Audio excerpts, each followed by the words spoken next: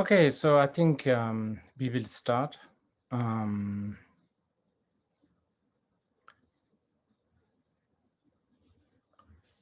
There's going to be three translation. So let's see how we can sort of coordinate this.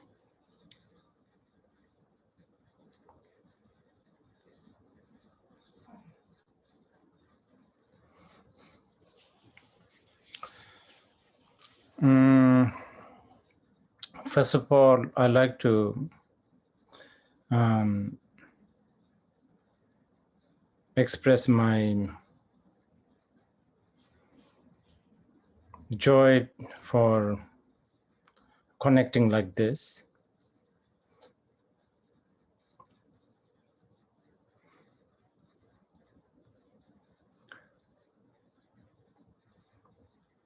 I'm still getting used to talking to my own laptop.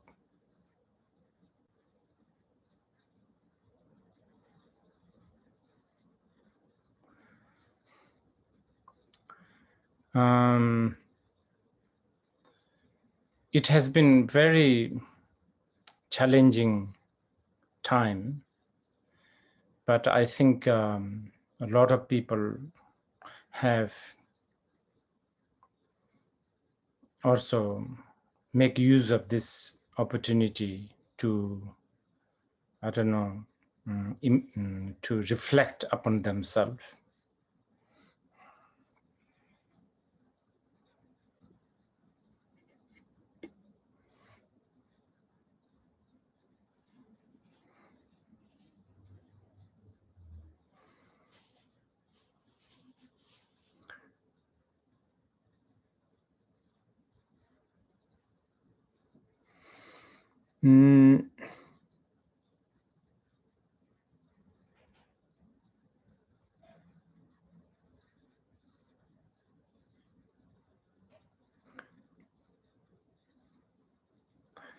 We are going to, I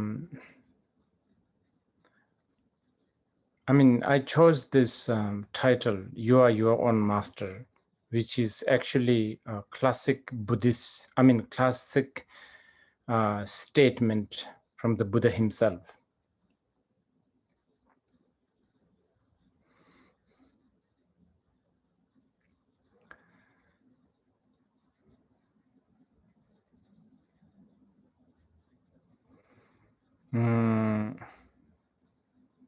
It might, for some of you new ones, it might sound like I made this up, but actually that's not true. This is actually in the Buddhist teachings quite a number of times, actually.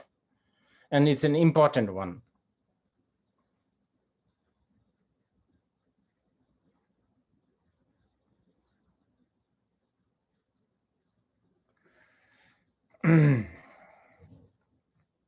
But I think we will also be doing questions and answers. So please send us your questions. I will try to answer them.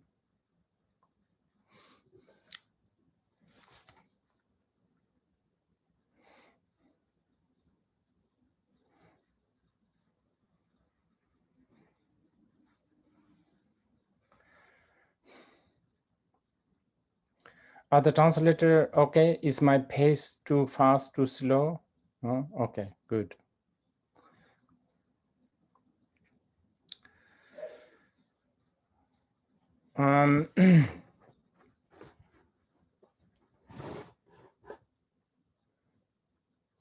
Now, Buddha Dharma, for many reasons, somehow it ended up becoming categorized as a religion.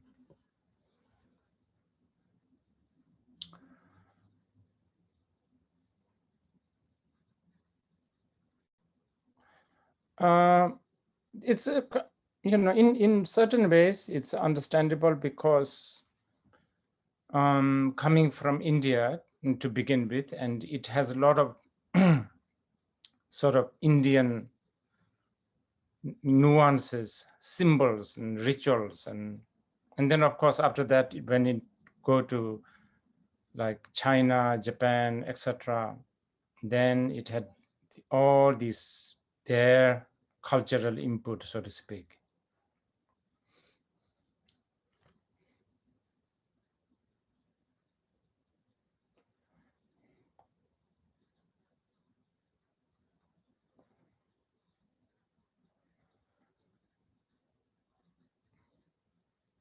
So down the line, I guess,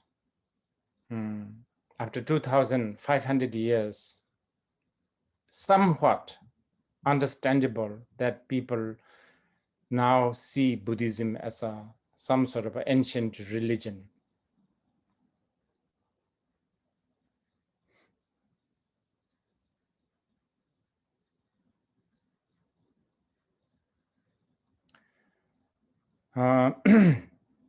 Especially when you see iconography, and probably you see like behind me, all this stuff.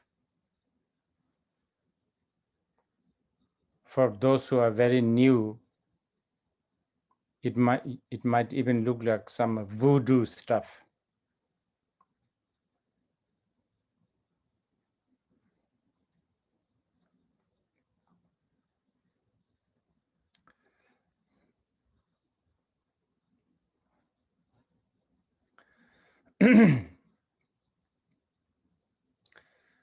But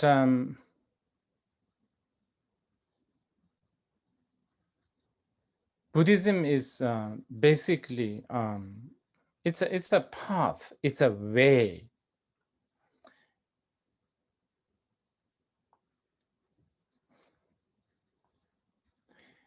It has full of theory and then technique.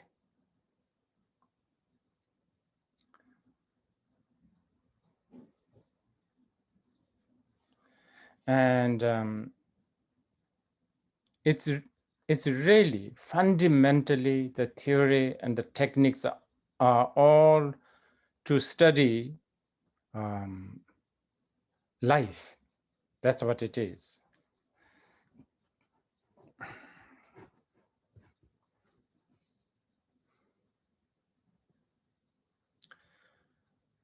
And it has been tested for 2,500 years by lots and lots of people, like very literate, very, intellectual, all the way to, like, blindly devoted kind of people.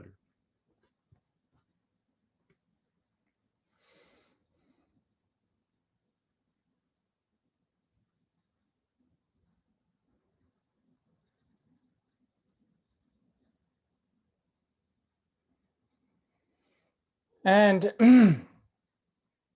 even technologically, it has played some important role. For instance, printing press, printing, which is supposedly first ever printing material was done in China, and the first ever thing that got printed was supposedly Vajracchedika Sutra, what we now call Diamond Sutra.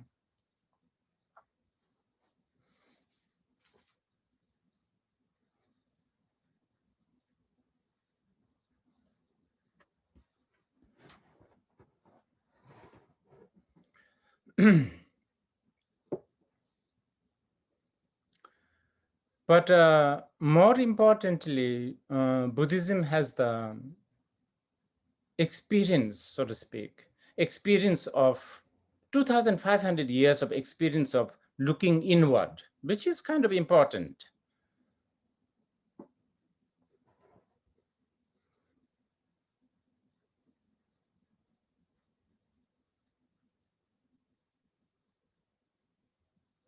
Like the culture of contemplation, inner sort of inward analysis.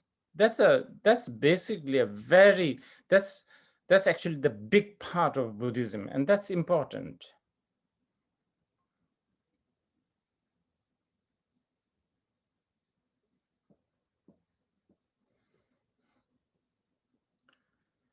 Among these methods, especially contemplating and systematic analysis on what we now call mind, that is very important.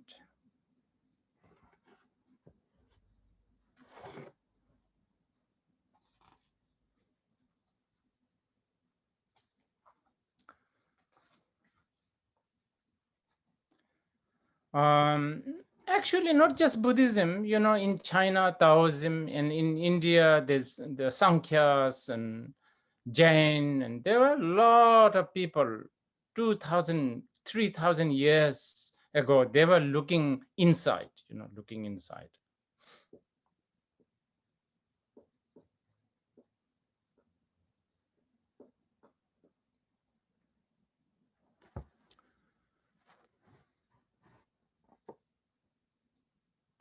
I tease my Western friends sometimes by saying that I don't know how much, when actually the mind study actually began in the West. I believe maybe only around the 18th century, really.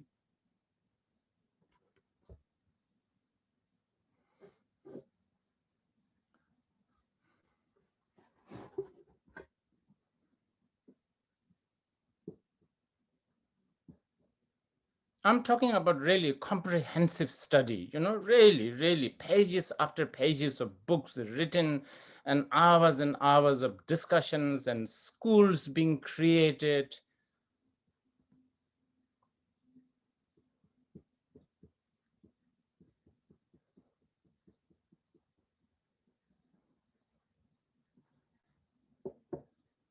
I mean, if you're thinking about like a Nalanda University, that's one of the most, one of the oldest university, and there the biggest subject in there was study of mind.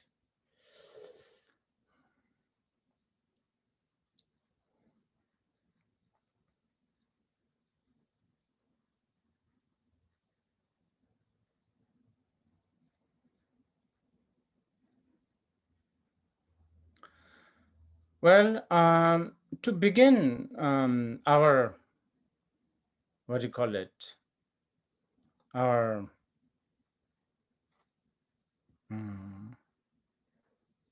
gathering today here, let's ask this question: why should we even study life or mind?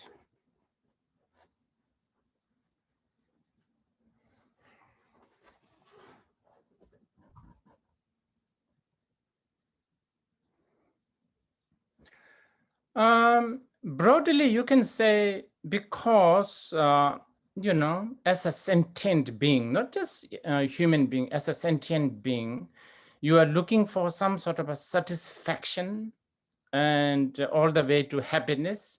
And I guess that's why, you know, because the life is like the vessel for that.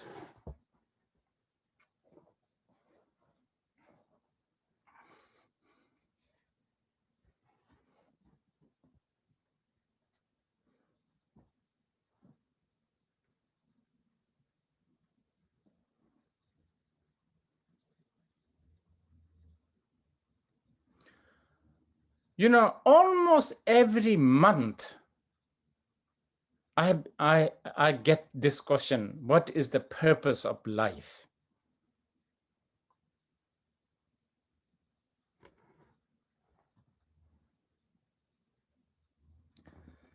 You know, I'm very suspicious with this question.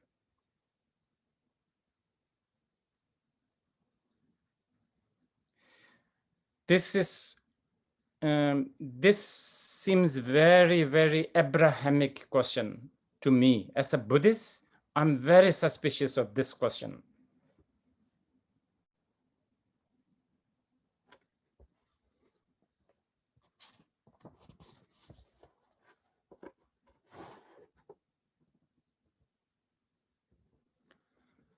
You can even ask, is the purpose of life to be happy?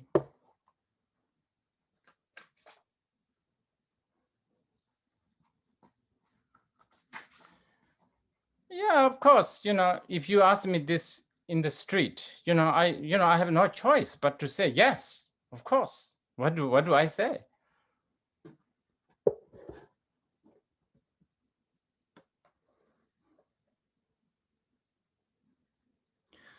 But you see, the thing is, what do we mean by life? What do we mean by purpose? And what do we mean by happiness?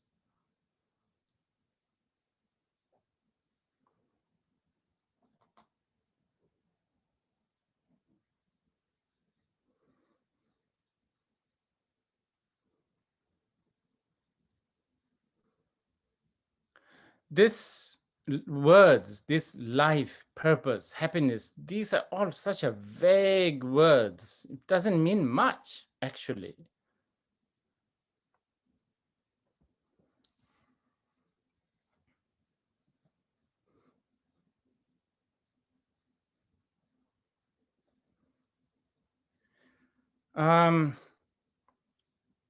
I mean, strictly speaking, I would say the purpose of life in Buddhism is to study life, as I was saying earlier.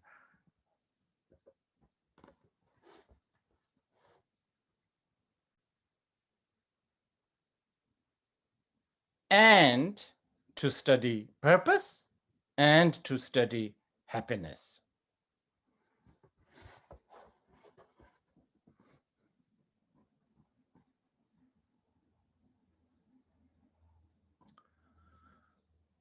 Of course, some of you here probably knew. You might think, oh, so you Buddhists, aren't you looking for happiness? Aren't you looking for satisfaction? Of course, broadly, I will say, yes, of course, we are looking for satisfaction.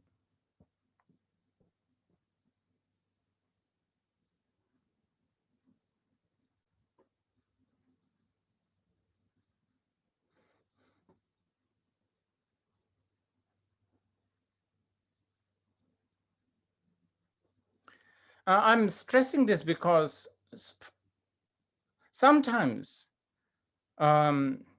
Buddhist or Buddhism is looked as, oh, those sort of the harbinger of bad news, who talks about suffering and renunciation and, sort of who kind of don't want to have a fun. But that's not true at all.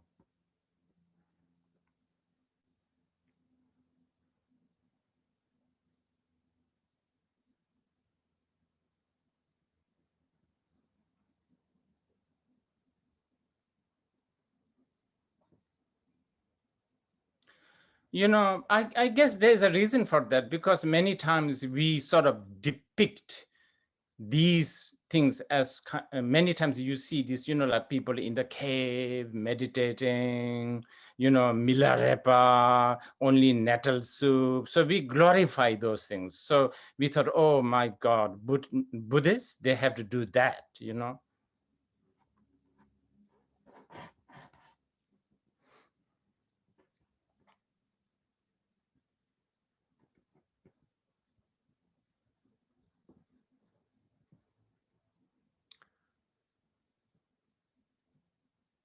Yeah. There's this idea that all Buddhists has to be ascetic, which is really not true.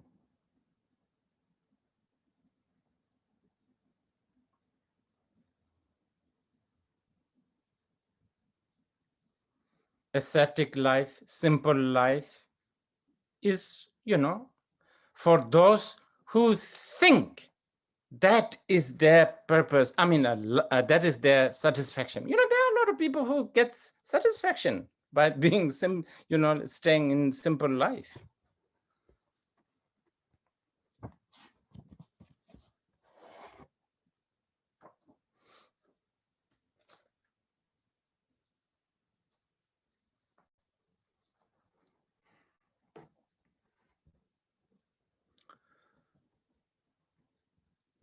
There are sutras where Buddha actually sort of refuse to give,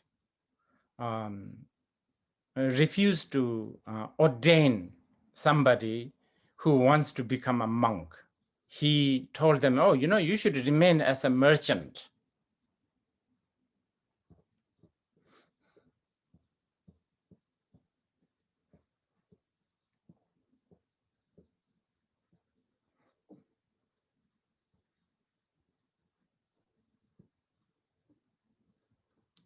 So, of course, Buddhism is not at all against happiness, satisfaction. Yeah.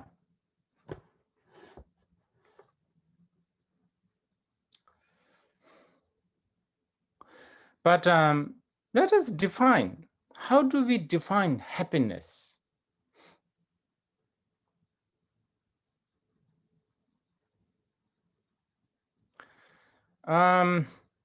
Very broadly, and I underline this phrase, broadly. You have to highlight this word. Very broadly speaking, this is how Shantideva defined happiness and unhappiness.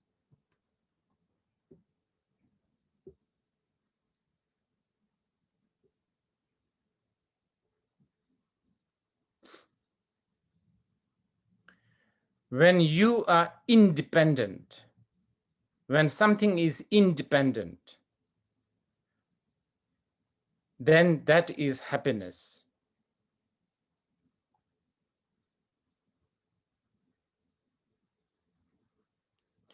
When your situation had to be relied upon something else or someone else, then not happiness.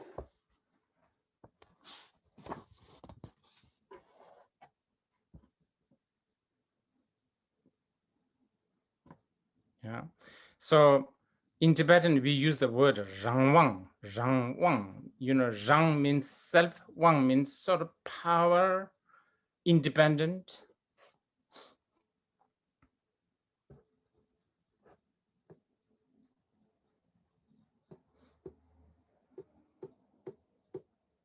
So here we use the word also maybe master. If you are your own master, then yeah, you are probably okay, you are happy.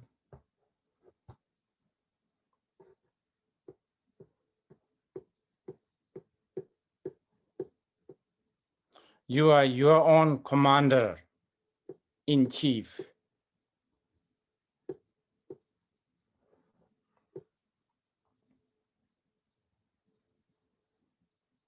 You have the total liberty you have a total liberty of yourself.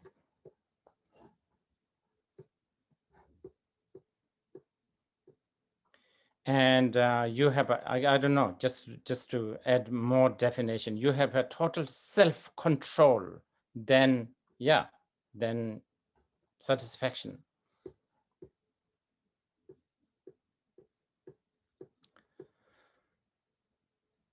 And there are a lot of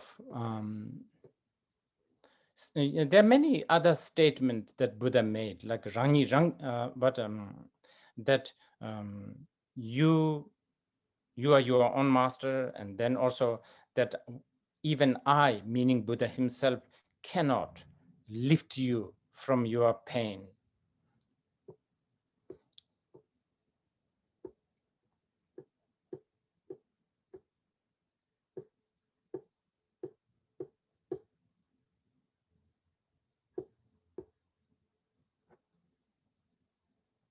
In other words, millions of Buddhists, their happiness is not dependent on Buddha.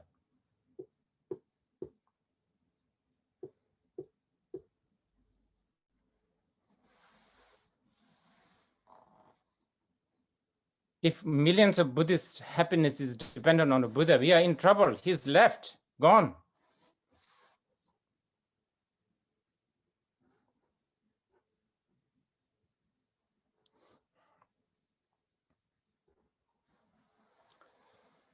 So thus this statement, you are your own master, who else can be your master?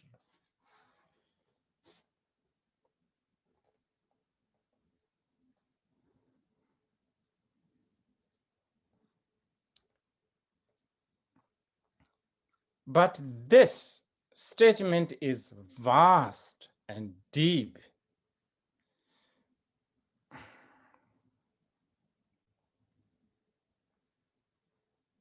This is a study that is found in all the 84,000 different teachings, volumes after volumes.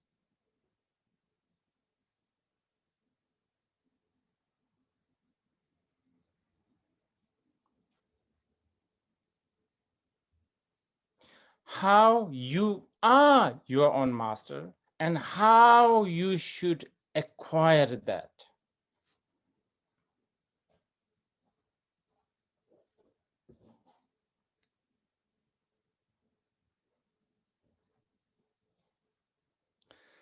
And by the way, just it's a little bit of a sidetrack, but we human beings also, we want to be our boss. We know this, right? We all want to be our own boss. That's anyway. That's what we think.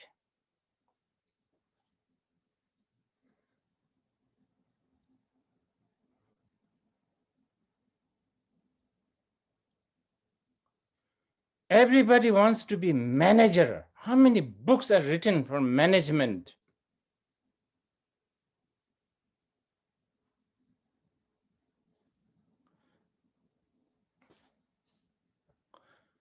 How many books are written for leadership? Everybody wants to be a leader.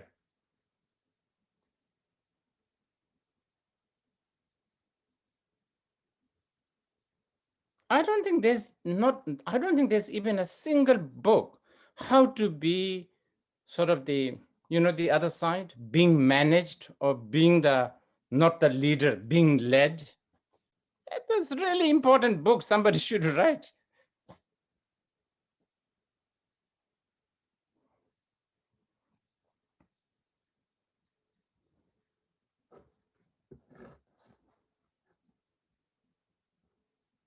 Yeah. But anyway, we love controlling others. That's just, yeah, we love.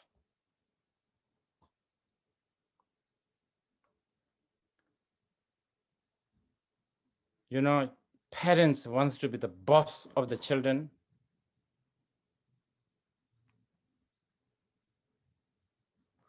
Children also wants to be the boss of the parents in a very different way.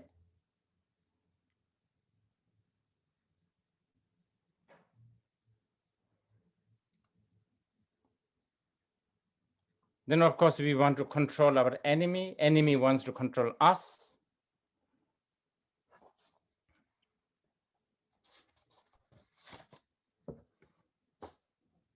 But even worse is we want to control our friend. That's really bad.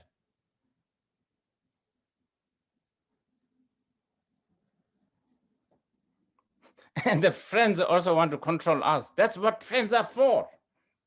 Control each other.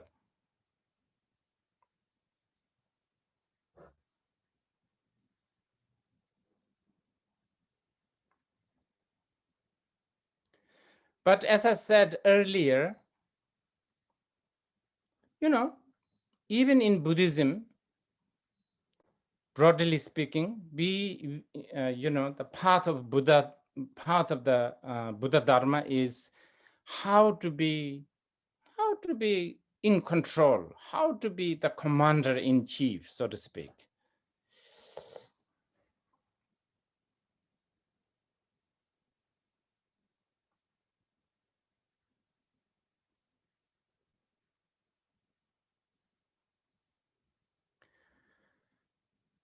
But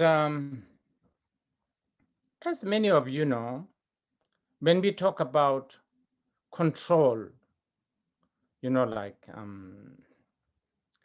control in Buddhism and when we talk manage, control, lead in Buddhism, we are talking different from the normal control and leadership and management.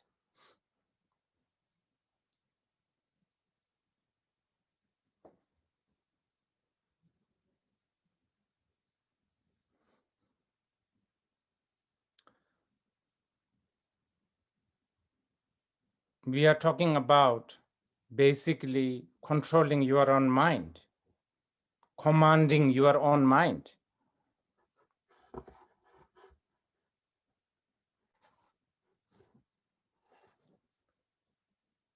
Leading your own mind, managing your own mind.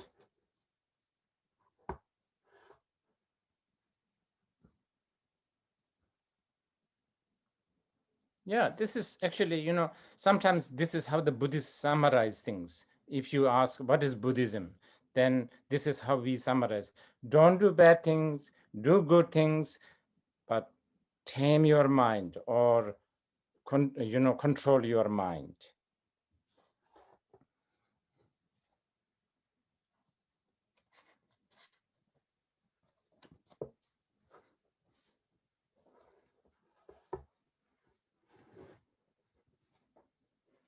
Because if you can control your mind, just like Shantideva said, you know, if you wear a soft leather shoes, then no matter where you walk, you will only experience softness. Likewise, if you control your mind, then, you know, everything is controlled.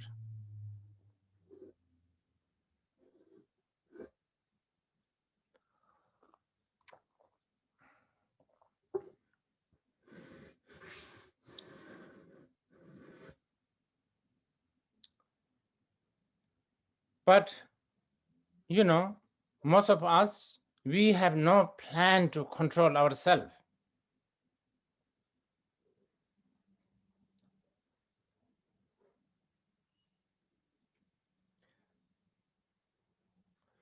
We only want to control others, not just human beings. Whether, I don't know, market, car, I don't know, your laptop, just everything. Garden, kitchen, laundry, everything.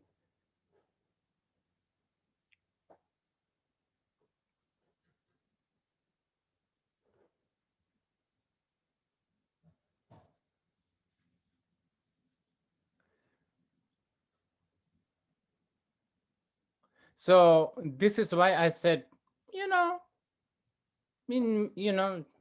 all of us are kind of a control freak.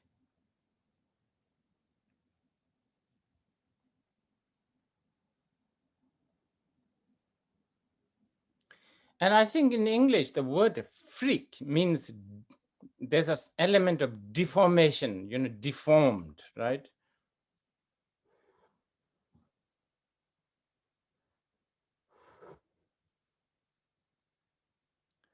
Yeah, so so our this zest, our sort of this passion to control others really has the element of, that freakish sort of, deformed stuff going on.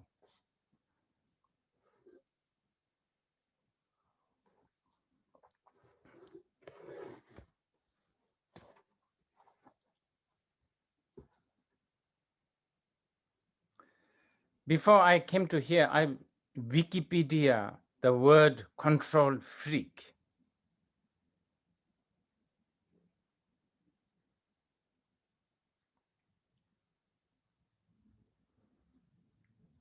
And there's one definition that control freak has something to do with a personality disorder.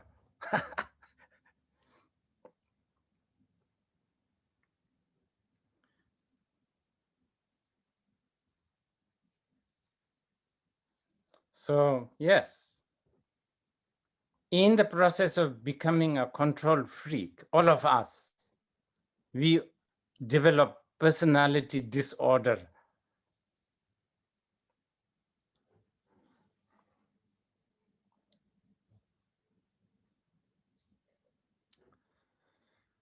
Now, why we have become like this?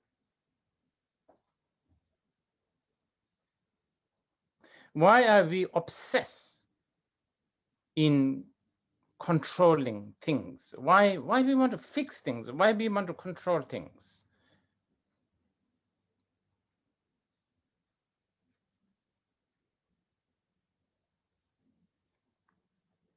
Basically, fundamentally, this is what the Buddha said. Fundamentally, because you have no real picture of life.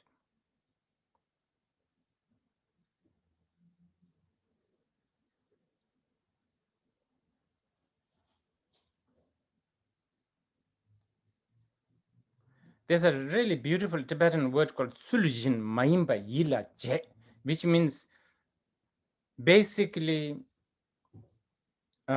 always having the wrong view, wrong ideas, basically delusional, I guess.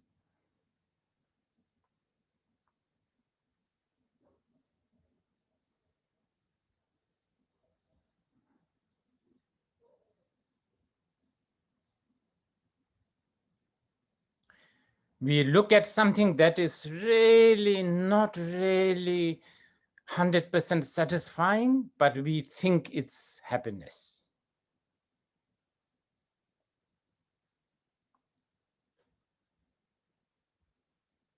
So sooner or later, it brings us disappointment.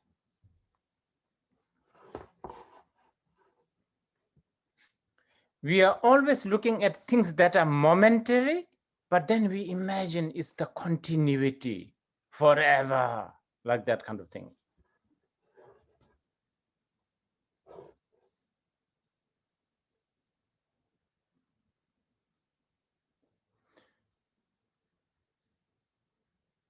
We are always looking at things that are parts, but we never see them as parts, but we see them as a whole unit.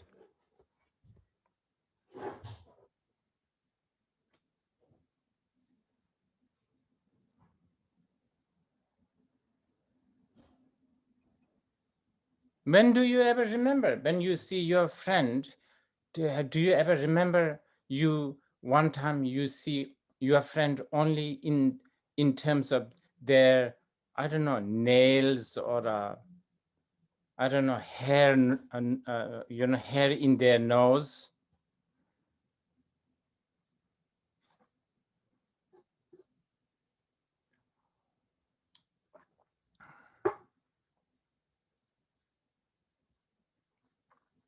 Their 10 fingers, like that. And then also not only them, ourselves.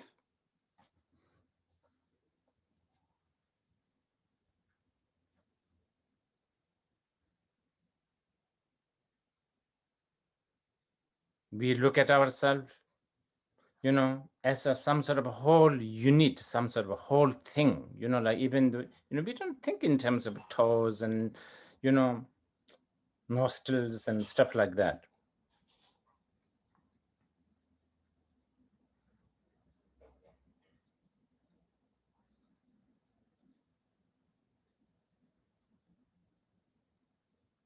We don't think ourselves in terms of momentary, collection of lot of momentary.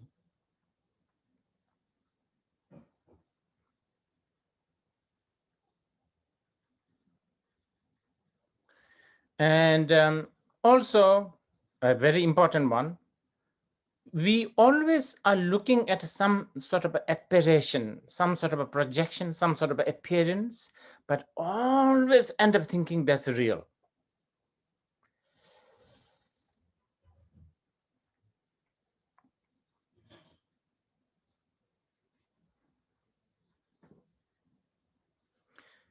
So right from the beginning, we have a wrong view.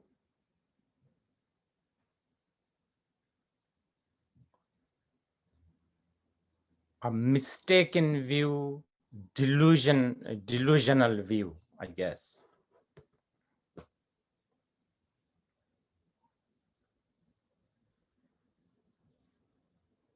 Just as how we think mirage is a water or a scarecrow is a human.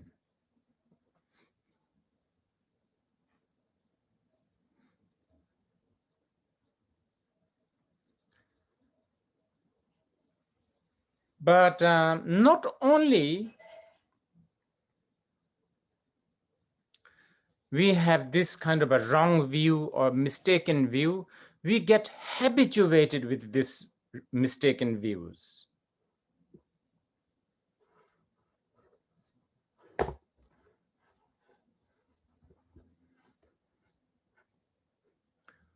You know those crows in the paddy field?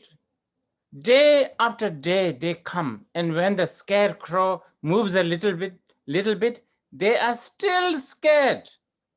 By now they should learn, that's nothing. You know, that's just a scarecrow, but they don't go like this.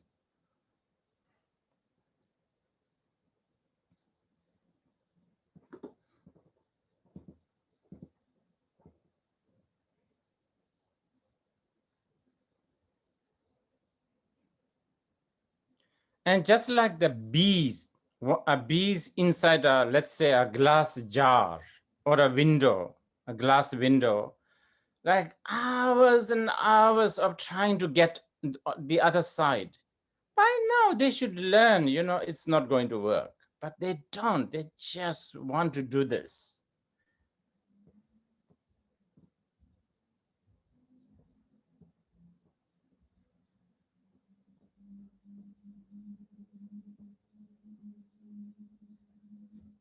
So this is how we ruin ourselves with the hope and fear.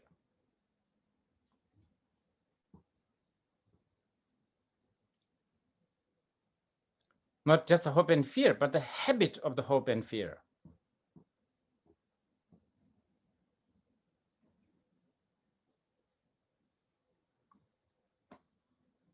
You can contemplate almost everything what we do is we do just like those crows and those bees.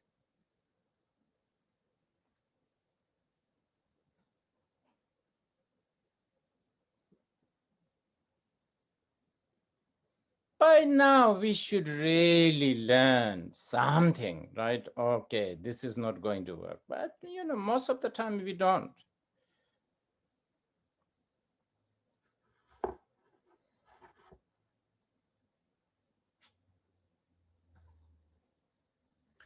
And by the way, this is also how we lose our basic fundamental kindness, because we are too busy.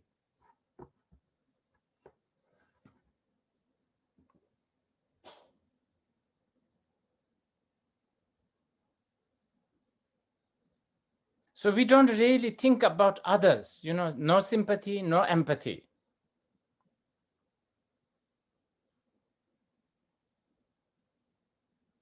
No wish to benefit others, basically.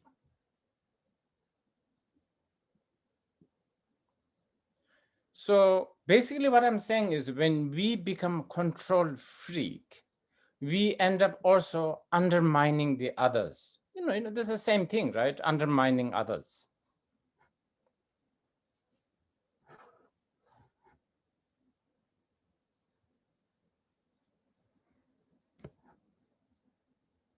So then we become narcissist.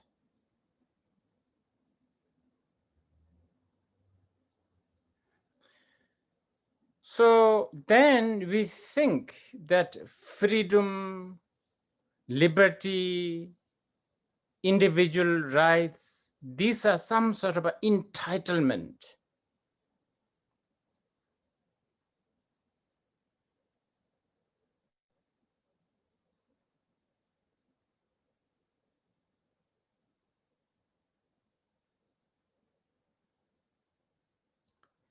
And in the process, we lose our bird's eye view on life.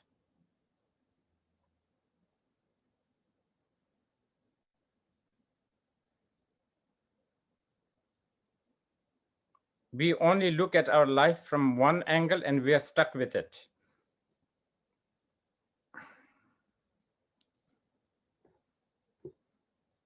And then how can we become visionary in this case?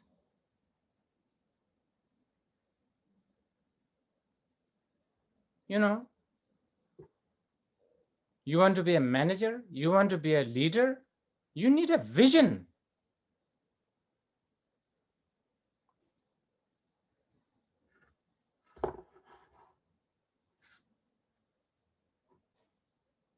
If you don't have a fundamental truth in your head, how can we become a visionary?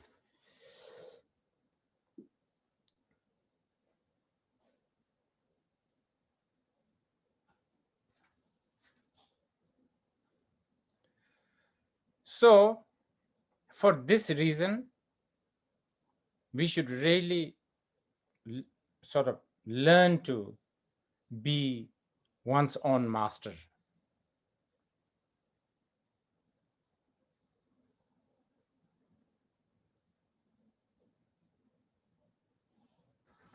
Okay, let's take a toilet break.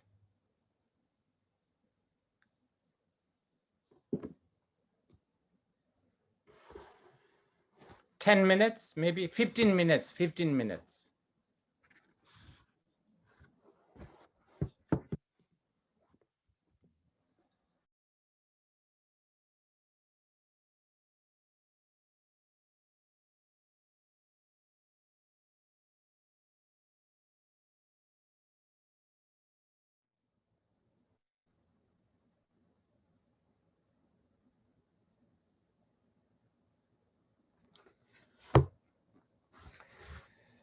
Okay, now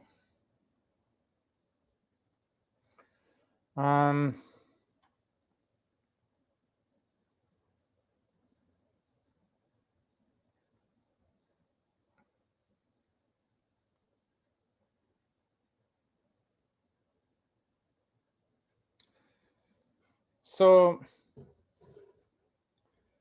now how do we be our own master?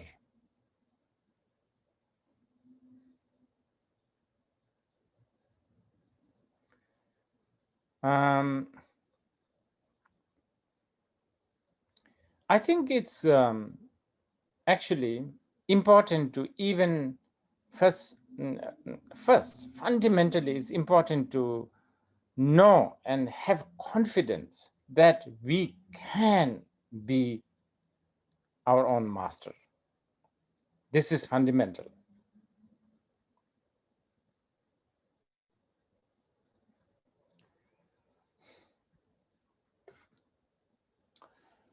We have all the character. I mean, we have all the ingredient, let's say, ingredient to be one's own master.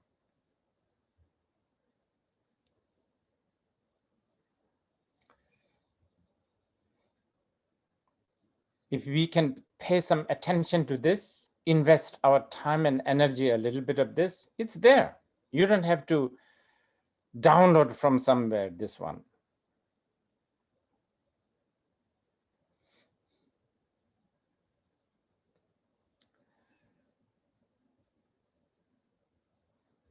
So, and also, nobody can give you this right or a control. No one, no God, no government, no one.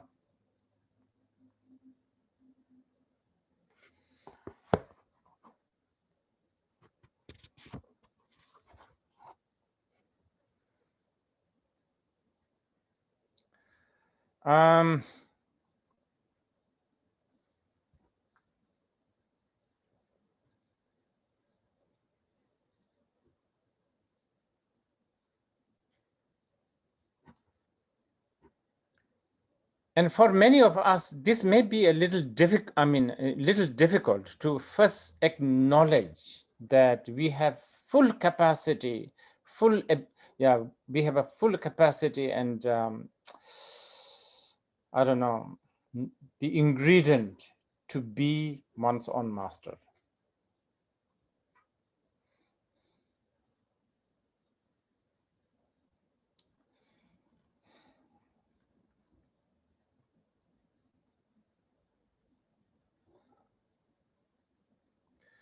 You know, I think there's an expression called live and let live.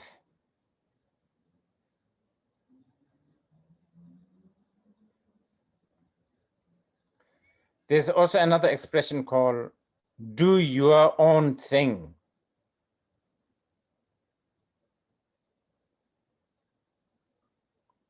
Yes, we say this and we kind of print this. It's you know, we use it as a slogan, I don't know, motto, I don't know, some sort of an inspiring thing, but we just never really give ourselves time and energy and, you know, just invest, yeah, time and energy in live.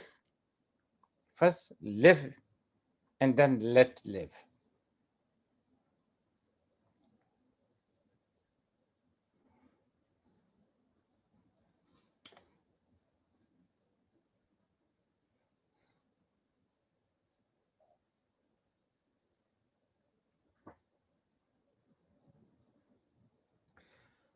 For a lot of people, I think, when we say live and let live or do your own thing, maybe they're thinking about, you know, I don't know, close your door and be in your room. Not too bad, actually, that, but still not good enough.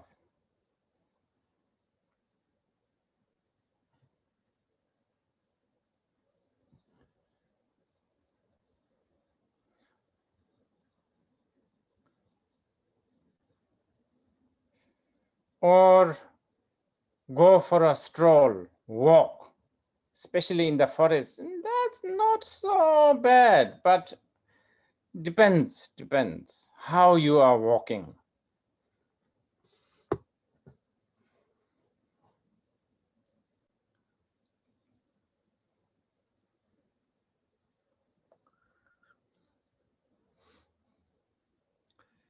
Then we have these ideas, oh, you know, do your own thing, let live, meaning read books, listen to podcasts.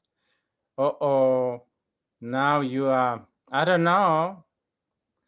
When you do that, are you really, you know, living and letting, let live, you know, do your own thing? I don't know. Need to think about this.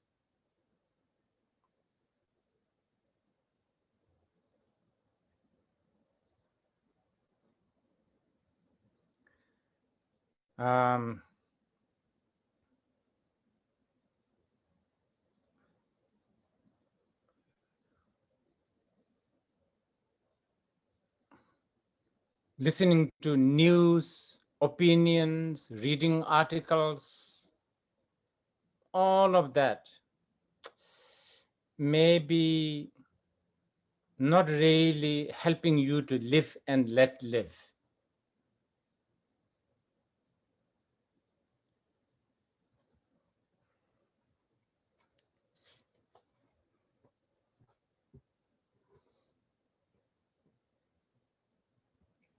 Because the thing is, like a news, for instance, or a social media, they all have their own vested interest.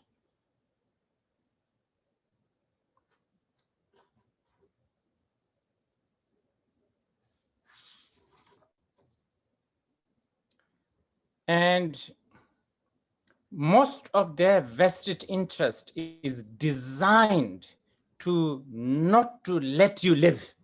And yeah, designed specifically.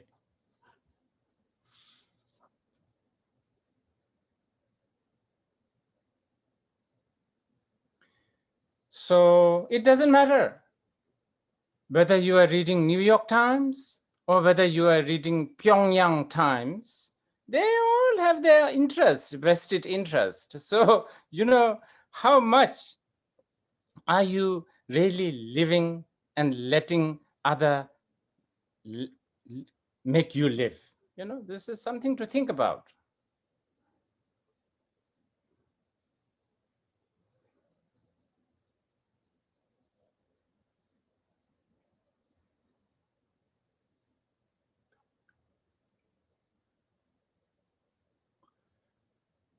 In Buddha Dharma, when we say live, broadly speaking, we are talking about living. When we say live, we are talking about a continuation of a body, feeling, and consciousness.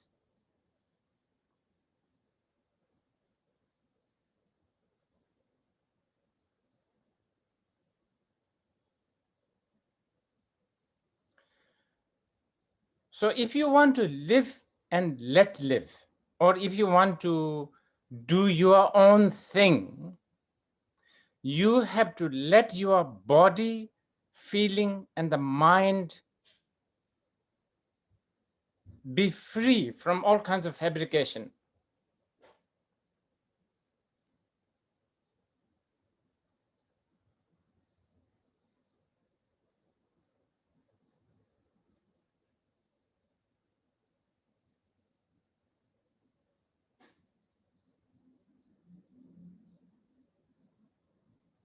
You have to be free from all kinds of contrived world, judgment world, a reference world. This is what you need to learn.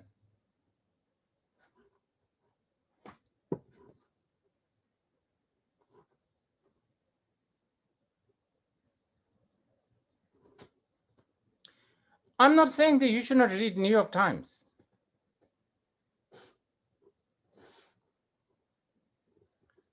I'm saying that you should read New York Times, but you should also read Pyongyang Times.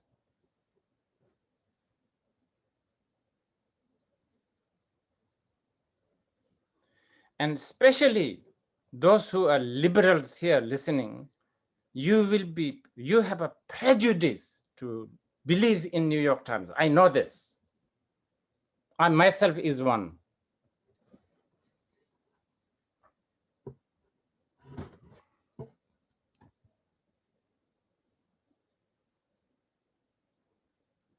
Because you are conditioned to think like that.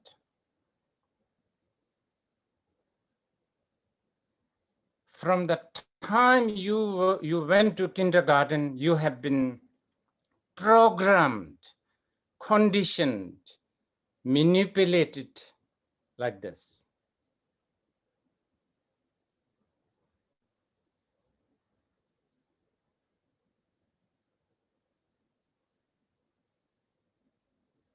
So this is why if you read New York Times or Pyongyang Times, you end up become a control freak.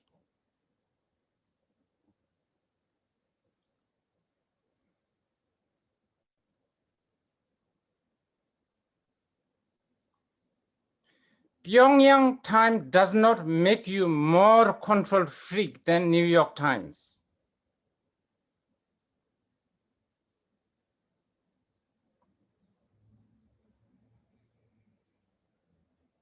In fact, New York Times makes you very sophisticated control freak.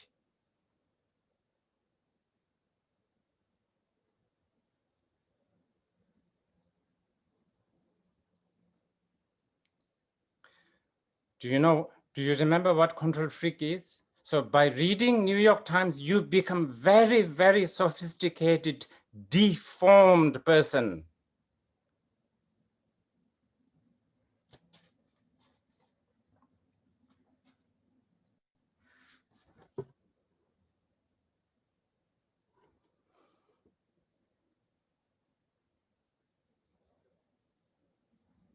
If you read Guardian from London, you become really, really sophisticated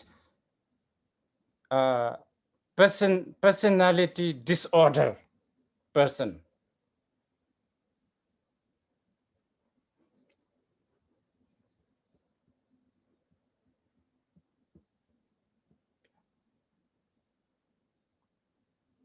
So we really need to be savvy and smart and shrewd and sensible to live and let live.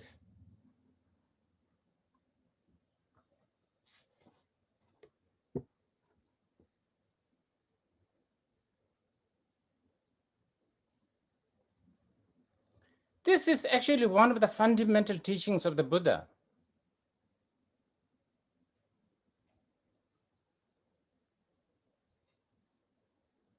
How to be savvy, smart, and shrewd to live your life.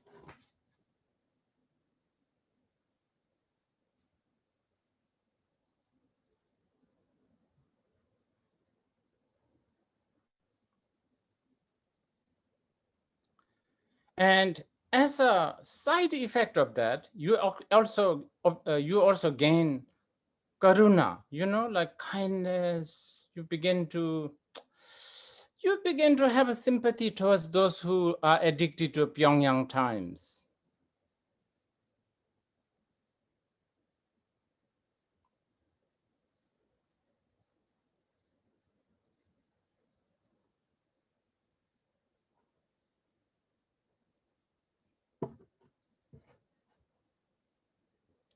And yeah, you begin to not undermine others.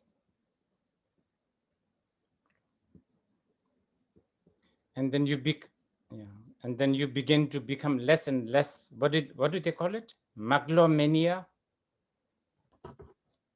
What is it? Like a Donald Trump, right? Someone who only think about themselves or something like that.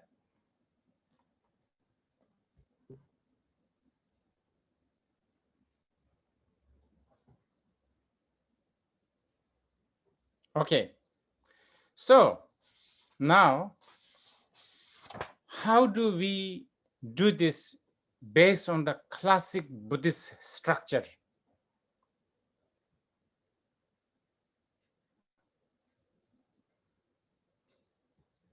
I believe that there are very new people here. So, I'm a Buddhist. So, ultimately you will only hear things to do with Buddhism. So you have to bear with this.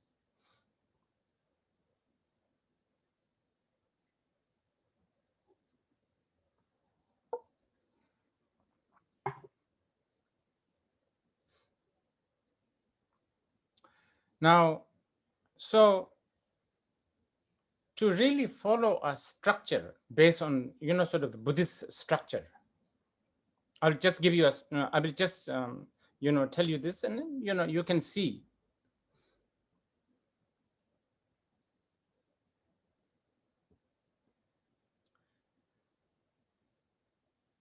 First, you need to really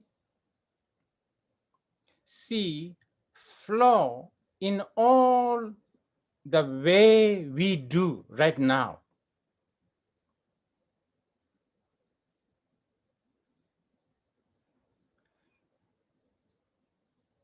Like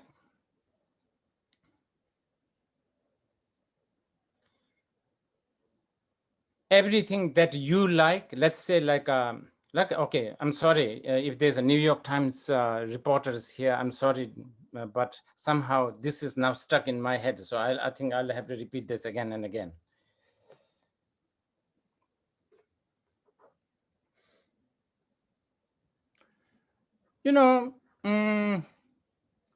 Somehow you have to realize that seeing New York Times as a freedom of speech and having that prejudice, and looking at the Pyongyang Times as a propaganda, that is a flaw.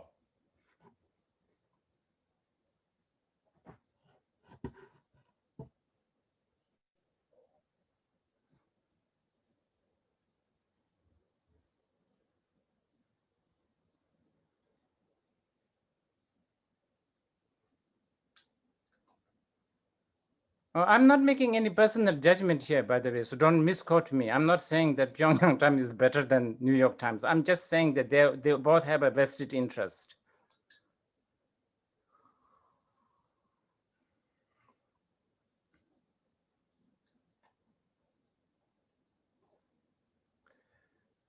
Just remember, we are like that bee and that crow. Remember, days after days, we look at the scarecrow and still we are scared. hours after hours, we have been trying to find a way out of the jar, but we still hope that we can get out.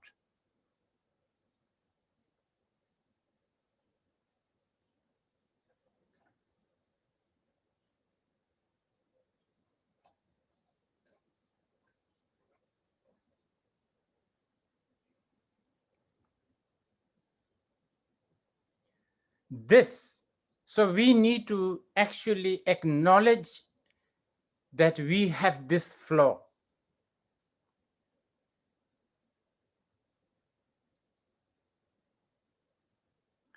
And this, not only acknowledge, we need to sort of long to get out of this flaw.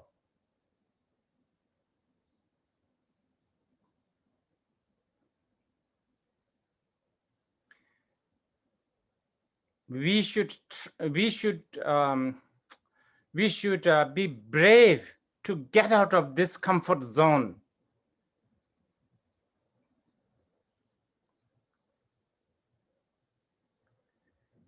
In the modern world, I think this is called thinking out of box.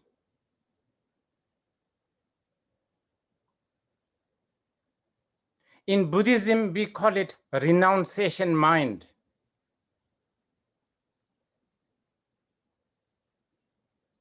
Renunciation mind is really thinking out of box.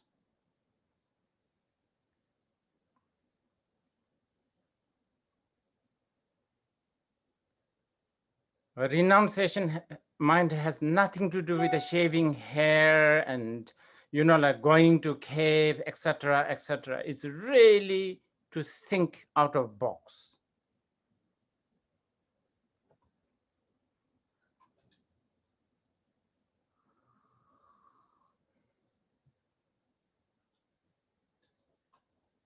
Okay. Then the other thing that you need to really learn to appreciate is you should learn to appreciate to the things that are unfabricated, uncontrived.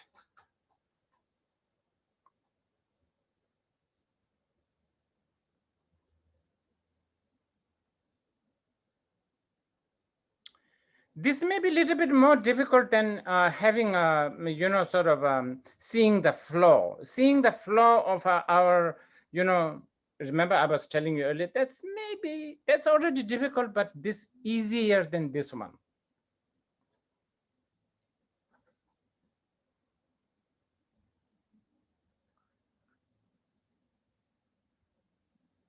Because we have never really managed to experience or even intellectually understand that state of unfabricated, uncontrived.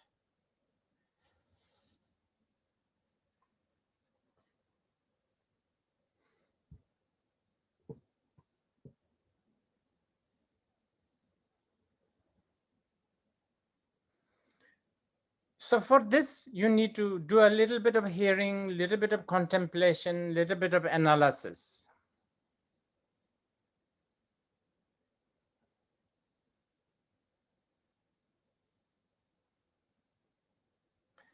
And,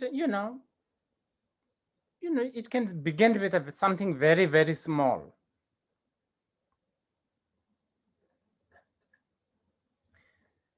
And by the way, interestingly, secretly, we all want to actually experience this.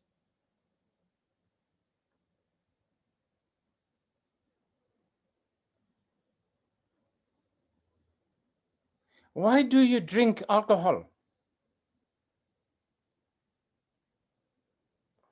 Because when you are tipsy, you begin to do things that usually you don't want to do or you're too embarrassed to do. You know what I mean? So that kind of, uncontrived, we like this.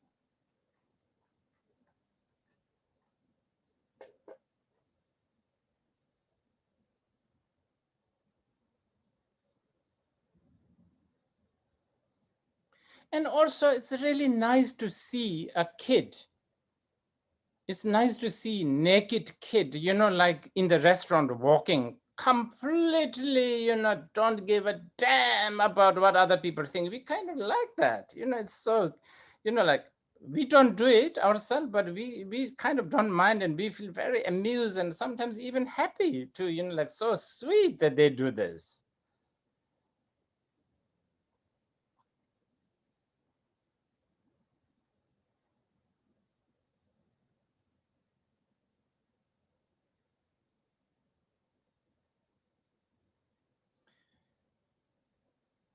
I'm not suggesting you to drink alcohol. I'm not suggesting you to walk naked in the restaurant.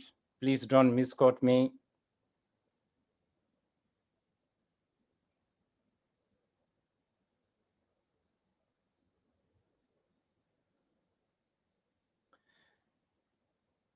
All I'm saying is, we do feel, like a rave party, like the music, we do things, we like this sort of uncontrived state, This is why we like Saturday and Sunday also.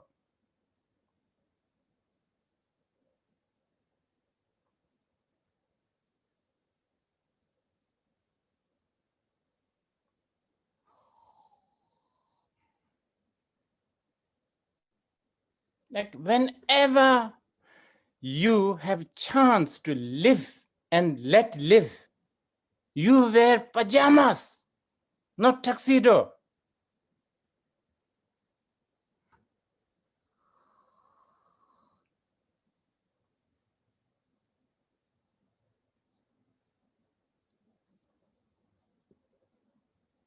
And even better, you Brazilians, I'm sure you walk naked.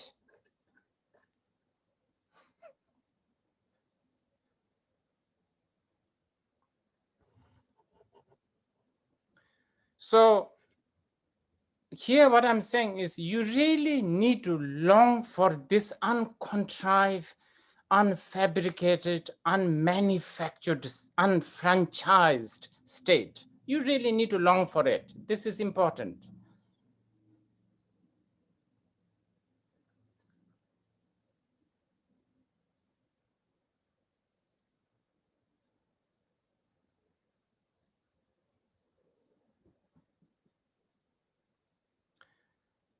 Uncontrived, unfabricated, this, yeah, in the modern world, maybe you can call it liberty.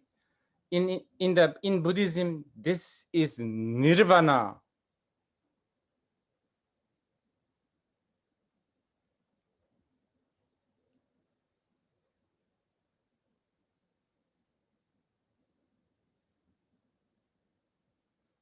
But I'm not only talking about a pajama nirvana, I'm talking about much more.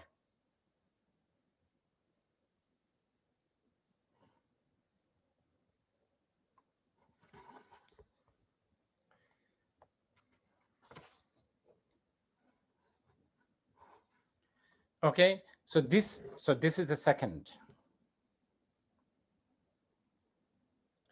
Okay, now how do we do this? How do we begin to see the flaw, and how do we begin to see the flaw of contrived world, and how do we begin to acquire, work for uncontrived world?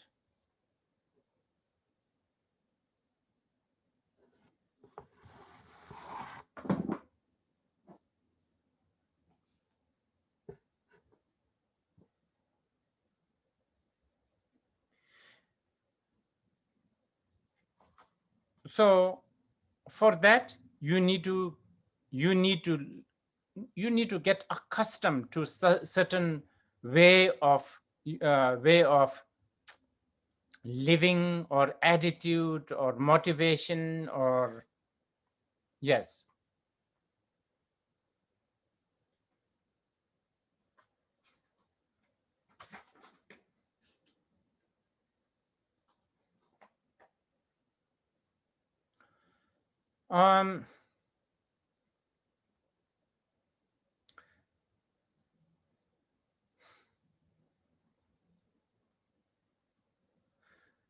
So here we are talking about, let's say, practice, something called practice, homework, exercise.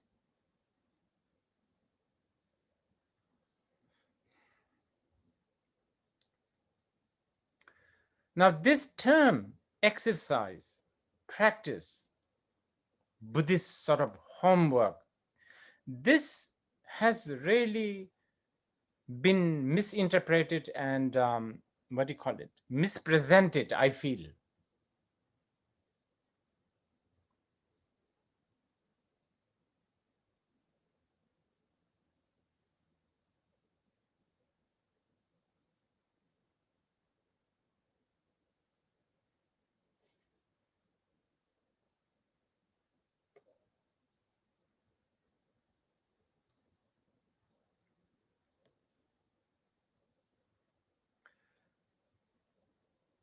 Almost always when the word such as meditation or a practice is mentioned, we get caught up by a certain formula.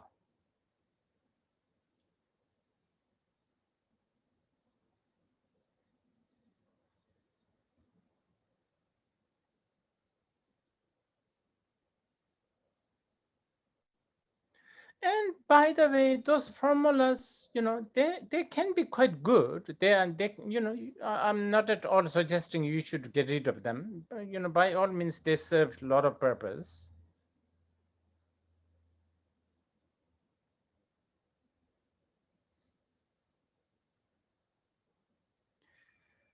But what I want to suggest, and by the way, this is really, it's not something like I made it up.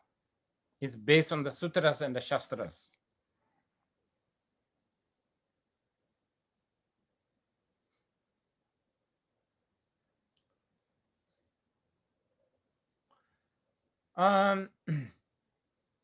You need to, if you can think about the momentary and changing nature of everything,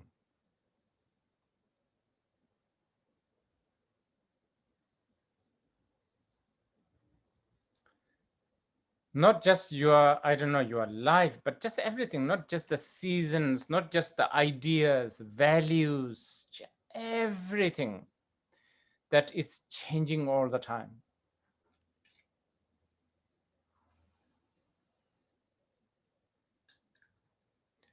And in fact, not just acknowledging this intellectually, but actually really bring that into your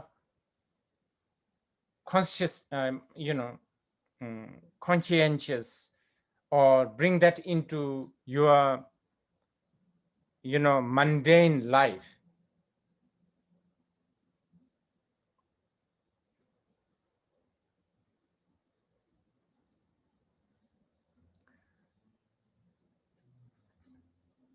Like, when you say see you tomorrow, to somebody, you tell yourself, don't tell the person, but tell yourself, well, maybe that's not possible.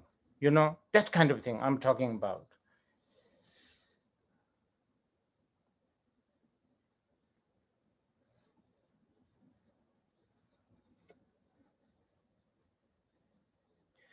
And by the way, some of our hang-ups can be very stubborn.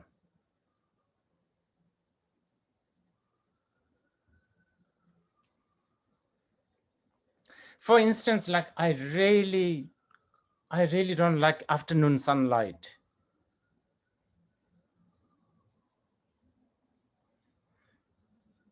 The afternoon sunlight always makes me sad, and I don't know, it makes me just not feel good.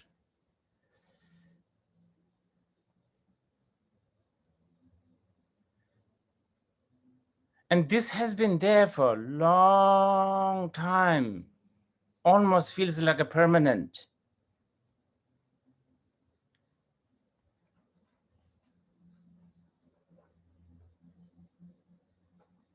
And my love for Japanese stationery shops, that's also not going that easily. I don't understand why.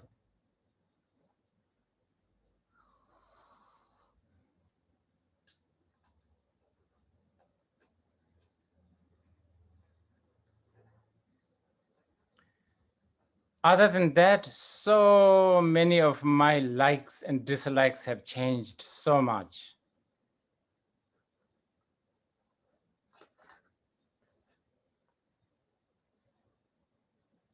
You know,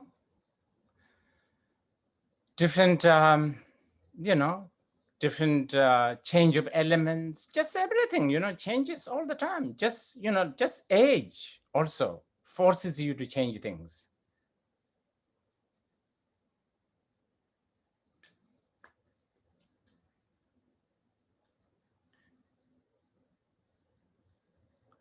When I was in my 20s, I have no time for English garden. Now I love English garden.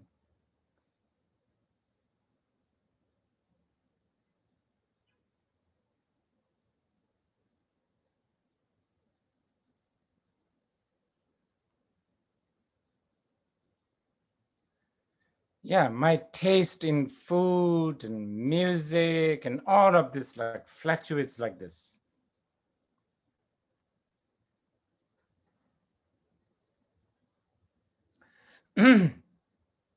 So whatever is happening in your life or thinking or valuing or I don't know, you need to somehow bring in this awareness that it's temporary.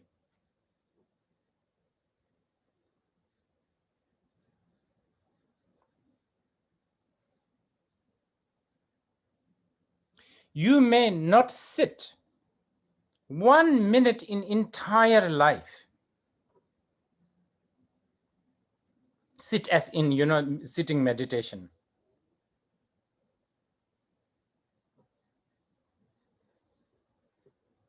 You may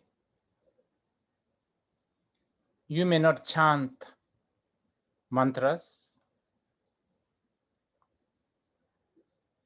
You may not behave like Buddhists. I don't know what that is, but anyway.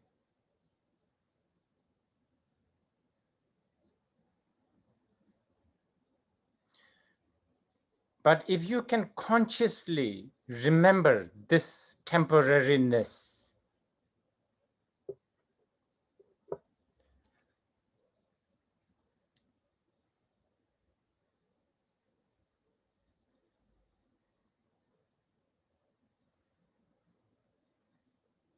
and by the way, when I talk about temporariness, again, please don't think in a negative way. It's not necessarily sad and bad and negative.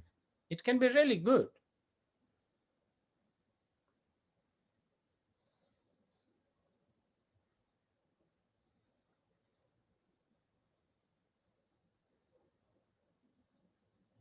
Because things are changeable, that's why there's a hope.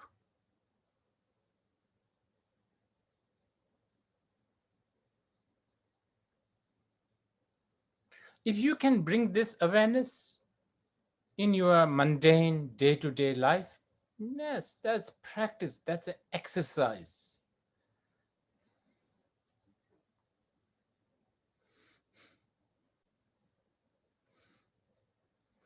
And then even more importantly, if you look at your life outside and inside and acknowledge that none of this will give you 100% satisfaction.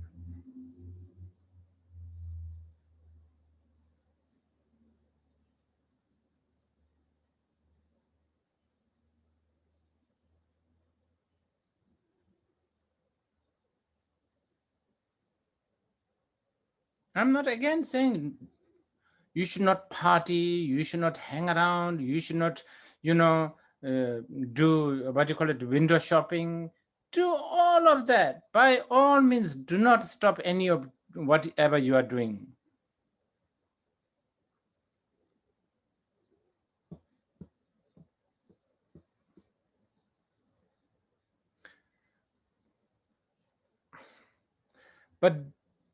But don't be like that bee stuck inside the jar.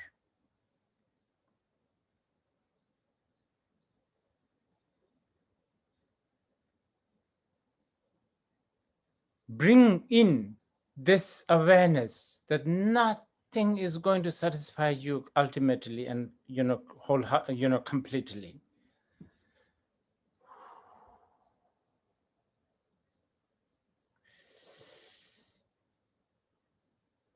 And bring this awareness while you are standing, while you are walking, while you are chopping your onion. I don't know, not necessarily sitting down.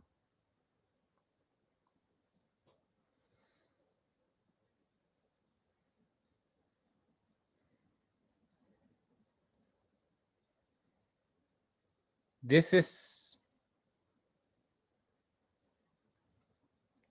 really a quintessential homework or the practice.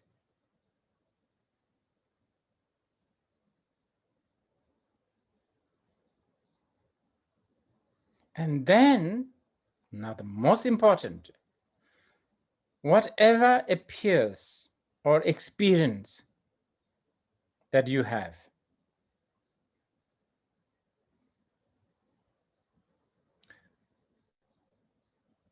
whatever you listen or hear or taste or feel,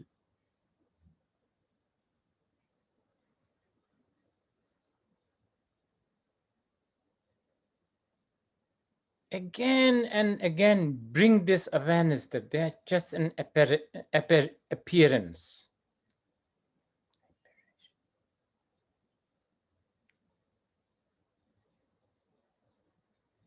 In Tibetan, we call it nang tsam. This is such a good word. Nang means appearance. Tsam means just, mere.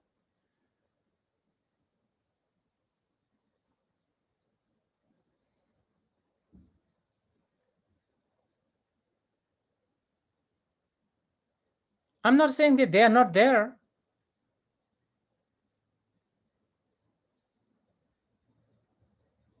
They are there, but they are just an appearance.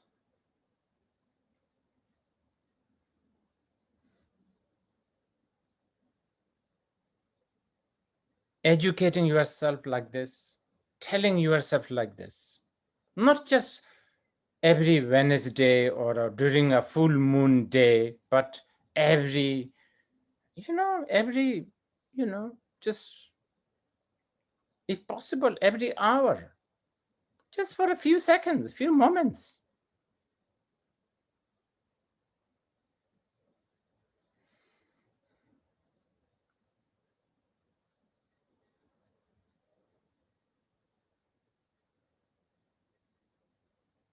While you are sitting, while you are jogging, doesn't matter how you do it.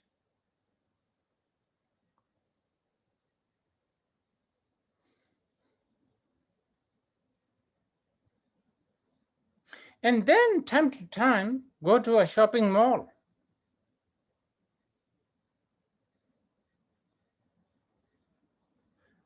And then look at the people and then see how they really don't understand the anicca, dukkha, and anatta, which is, the fact that everything is temporary, fact that everything never really gives you the full satisfaction, everything is just an appearance but not real, how they really don't know that.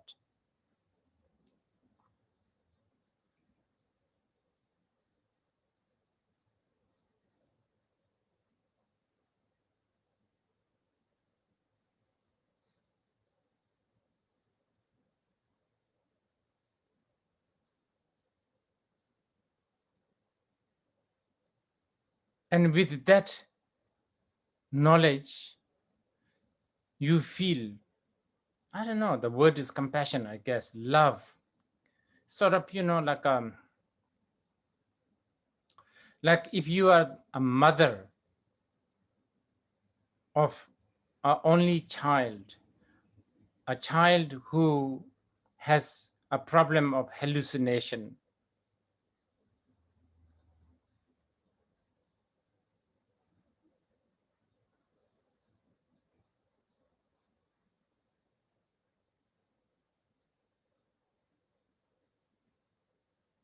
You don't go and tell the, your child some scientific fact that there is none of this hallucination that he's having. That's an arrogance.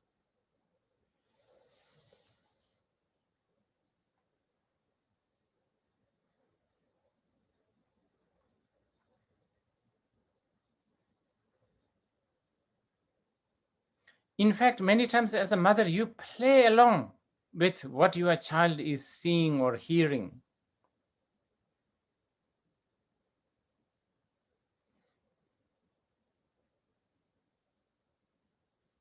But, as a mother, you have extraordinary love for this, especially this child, because if the child has something like a headache or a toothache, it's a little different. But this child is having a problem that actually does not exist, but at the same time it exists. It's a really big deal. It's a really tough one, this one.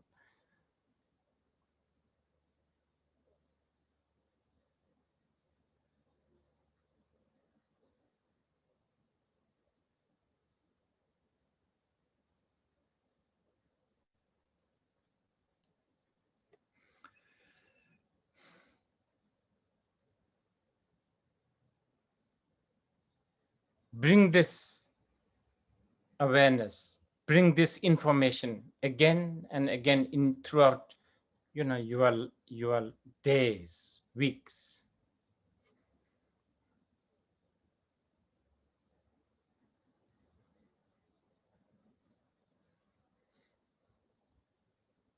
You can do this while you are browsing your Facebook,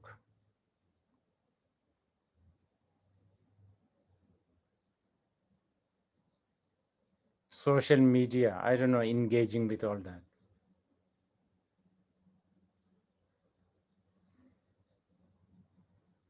This is a practice.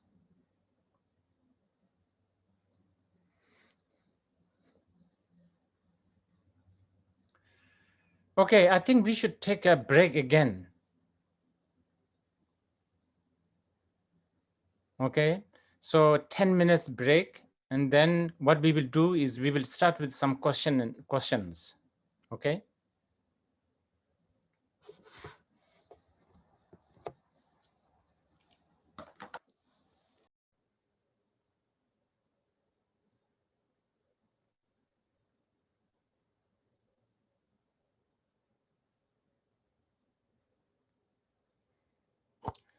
Okay, so we now go through some of the questions.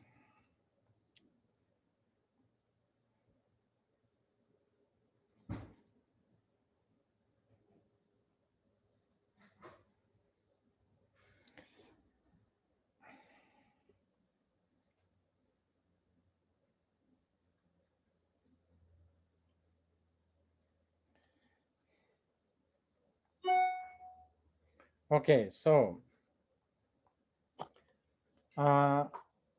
this one question. I mean, there's many of the questions are related, so I'm going to answer, and hopefully it will it will answer many of your questions together.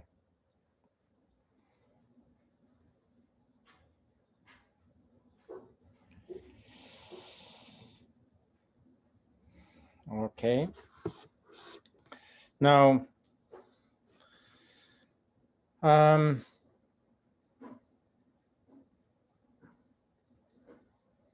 lot of the people's question is how to really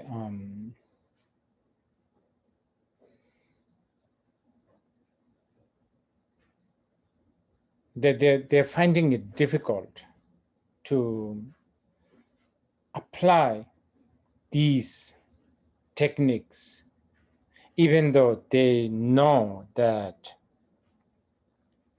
the truth of impermanence and no satisfaction and appearance only, but not truly exist, and all of that intellectually they can't really apply in day-to-day life.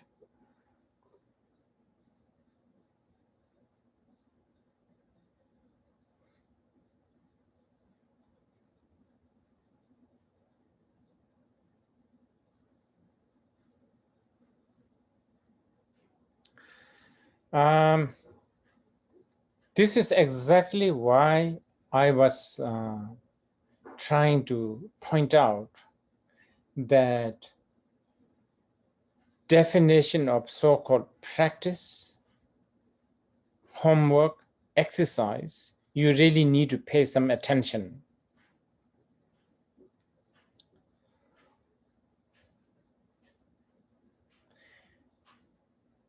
When people talk about how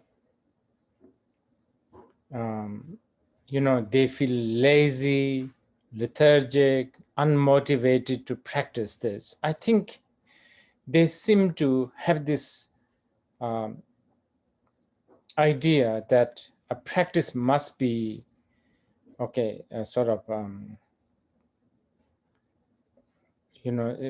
practice must have some sort of a form.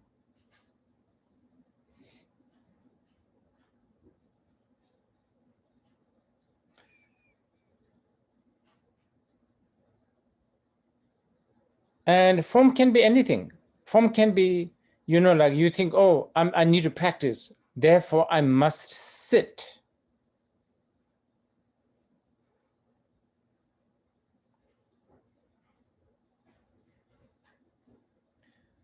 And this is wrong to think like that.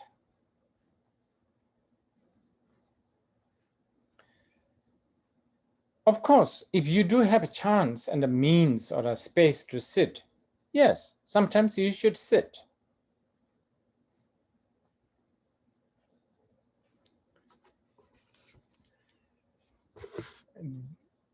These are prescribed as a favorable cause and conditions.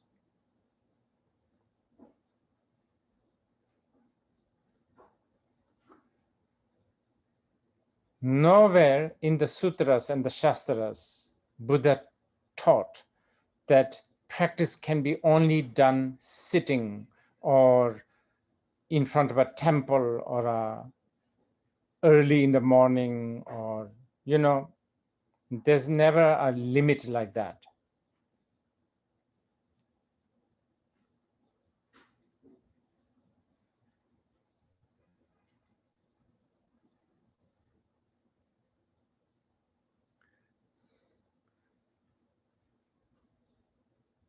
But some of these cause and condition does help. Like sitting definitely help. Probably sitting and contemplating on this may give you a better chance to aware the truth than lying on a hammock.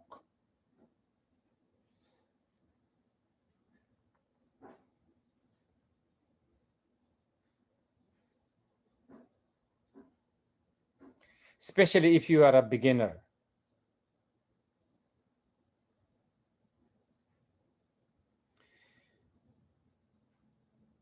And the other problem for the practitioners is they always think that the practice has to be, oh, I can't practice. Meaning what I think they're talking about, oh, I don't have time. Meaning like a practice has to be like an hour long or a half an hour long or sort of a longish,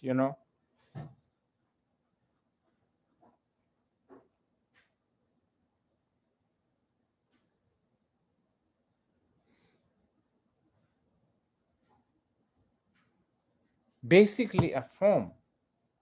And this has really have become an interference for the modern day practitioners a lot.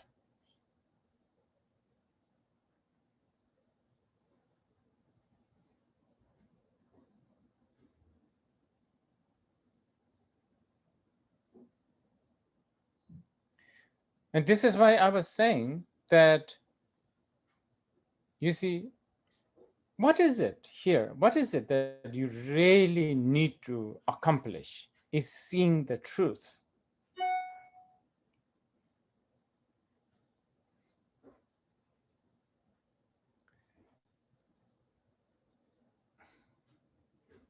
And how you do that, how you see the truth, by sitting or standing or walking around, it really doesn't matter.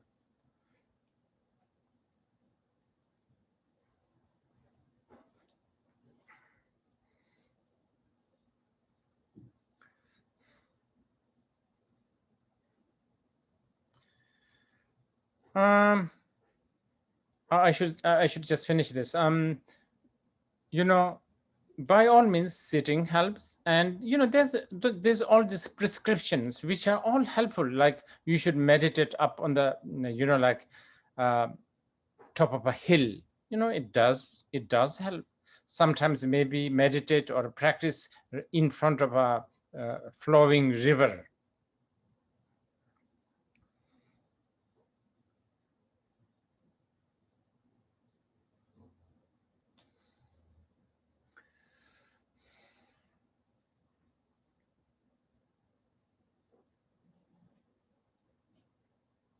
One of the most favorite spot where Buddhists like to practice is under tree, supposedly for some, I don't know, for some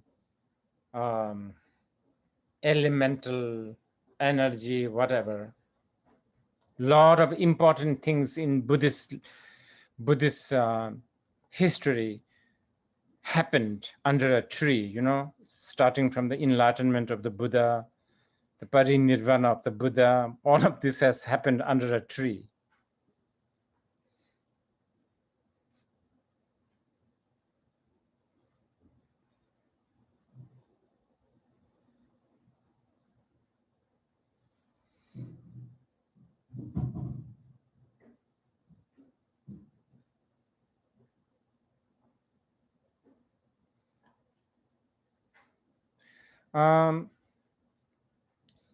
Also, doing it often, consistently, short time is the key for beginners.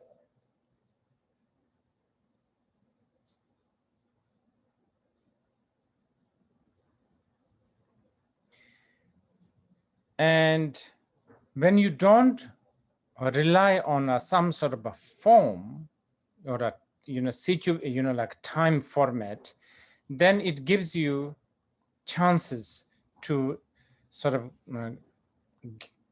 get accustomed to this truth much more often.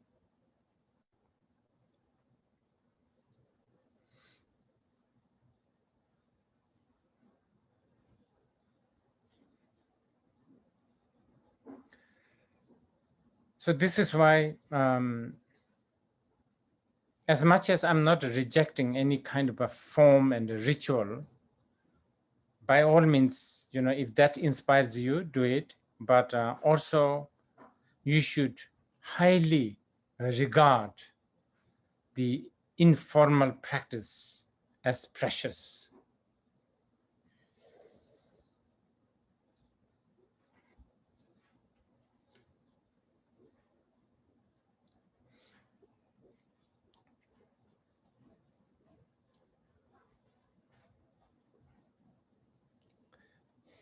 Now, there's a few interesting questions here, which are also similar. So I'm going to answer that.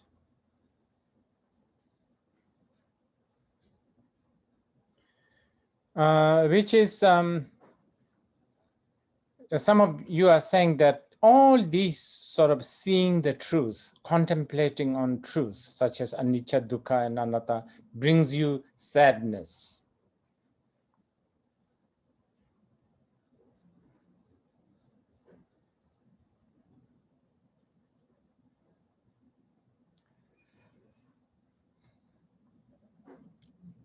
I don't know what kind of sadness you are talking about, but you know, I will tell you right now, this is good.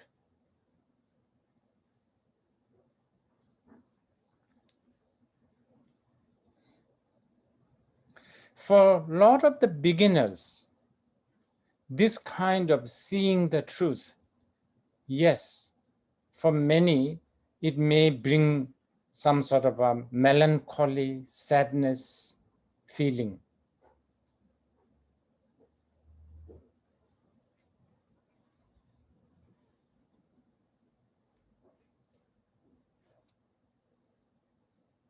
I think that is good.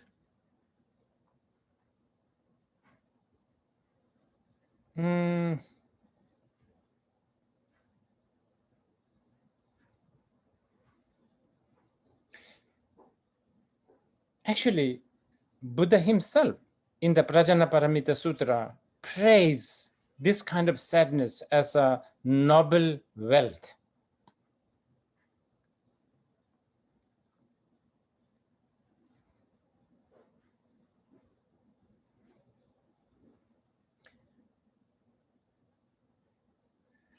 You know, many serious Buddhist practitioners even pray that they have this kind of sadness.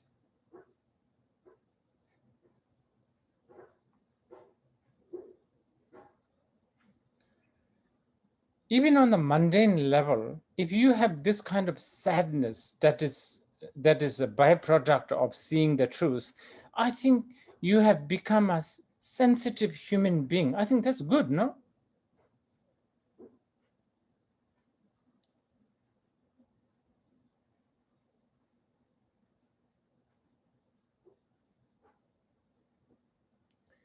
And I think you should really cultivate that. And then this sadness, being another, compounded phenomena, will also, go. It will disappear.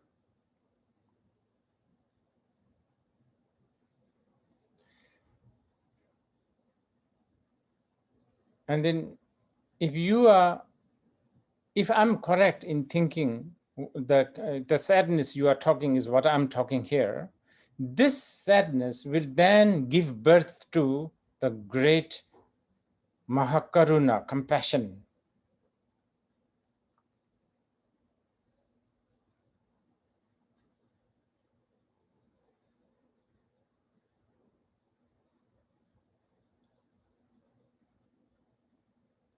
I think this kind of sadness can also bring a lot of courage.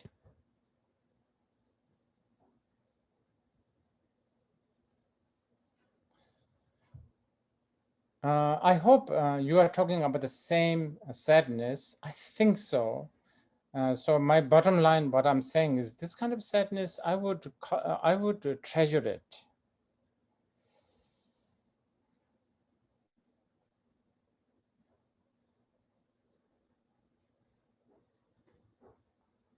Remember,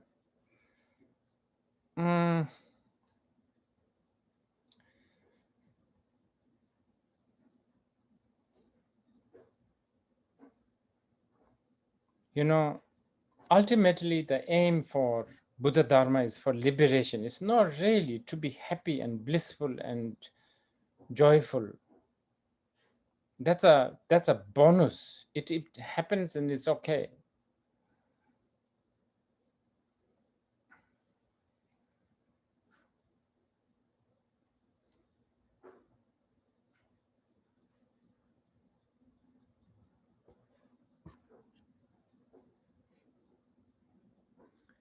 If you are a farmer, you will be striving for rice, not for hay.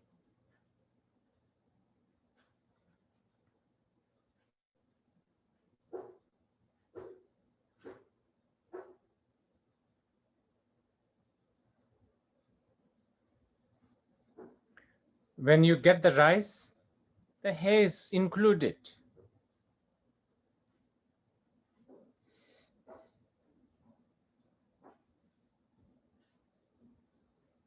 Yes, probably this is also because many times people meditate, do things like mindfulness so that they can be relaxed, happy, balanced, healthy. These are not really the ultimate sort of goal for Buddha Dharma.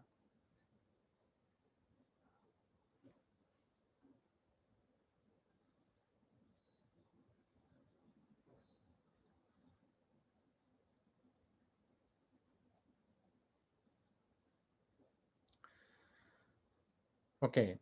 Now there's a few questions. They want me to talk about the bodhicitta.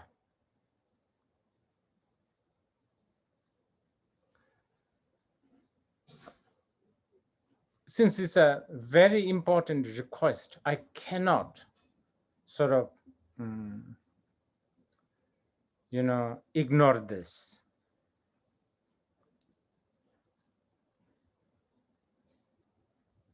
So, but since this is a very big subject, so in few weeks' time, we will have another Zoom gathering like this. So if you have that time, if you have a time, maybe actually I'm going to be speaking but just on bodhicitta.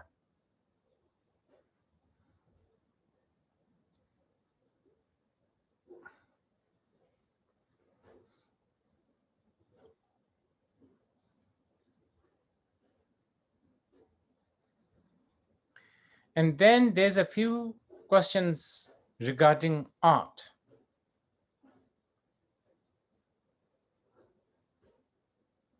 Specifically, what is Dharma art?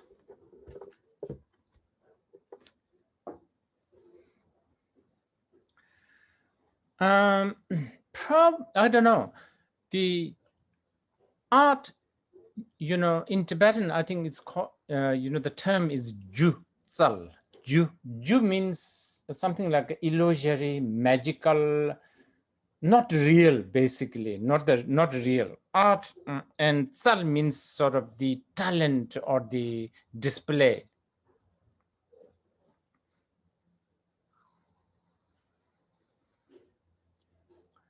And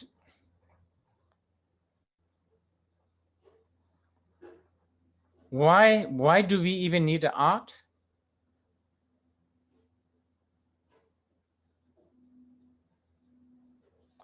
Well, actually, from the Buddhist point of view, everything is just art.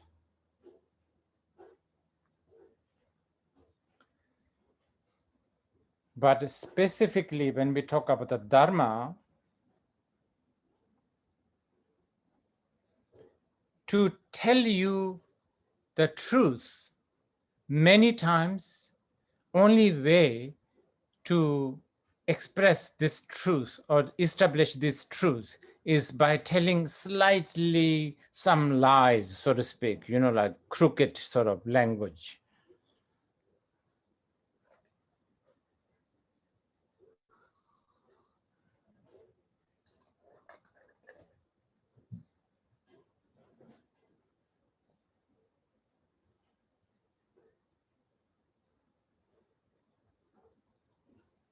You know, depending on what kind of people you are connecting with this, using this art. You know, if the audience is sophisticated, then you have a different kinds of art, of course.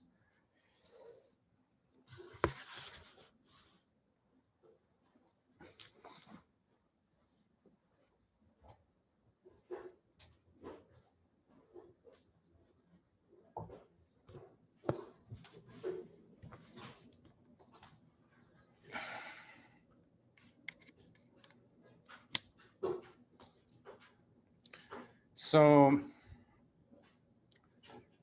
for instance, you know, Shakyamuni Buddha, you know, his decision to walk bare feet, begging alms in the Mangadath street.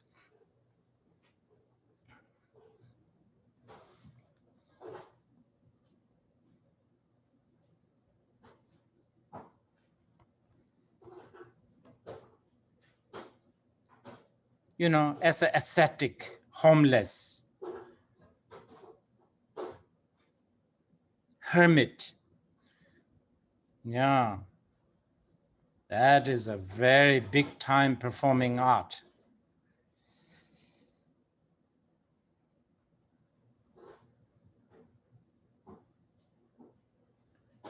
Because there are a lot of audience who loves this kind of serene, you know, teacher, savior, serene, bare feet, begging arm, ascetic, you know. There are a lot of people who like this kind of image.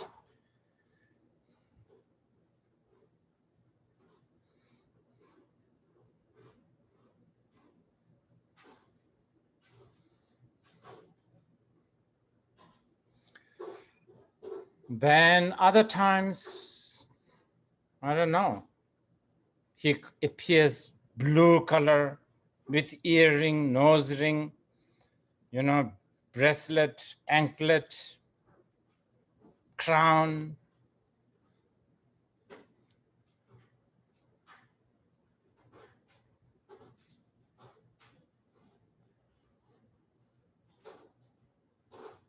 Yeah. In Bhutan, they love their Guru Rinpoche partially because that Guru Rinpoche who supposedly came to Bhutan was riding a tiger. They love it.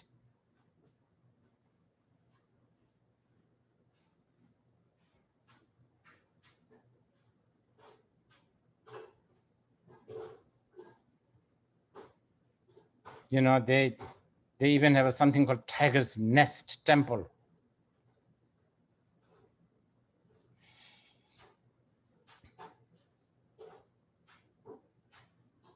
That's, you know, that's one of his art. You know, that's really sophisticated performing art.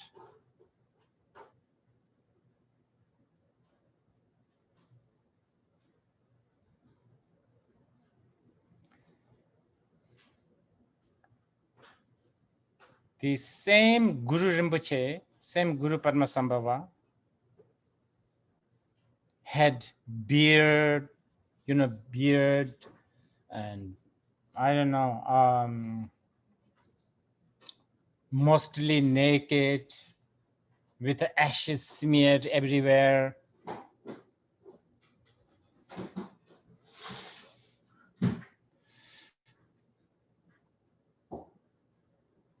Yeah, I think that Guru Rinpoche may be more favored in India, Guru 𝗲𝘰𝗰𝗲, you know.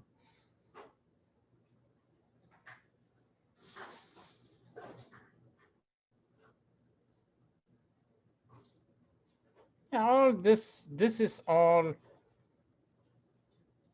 art, I guess.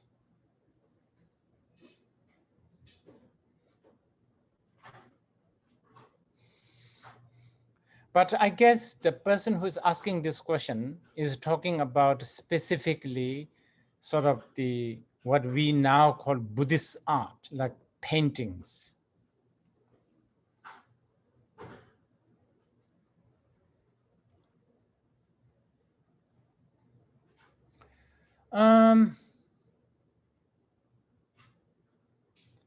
You know, if you look at the Buddhist art, history of Buddhist art, it's very interesting.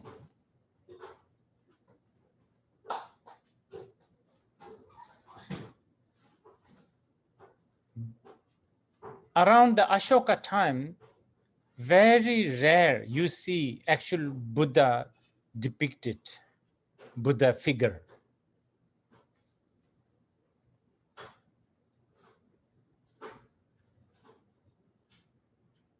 They have things like empty thrones and empty throne or the empty thrones with a deer hanging around.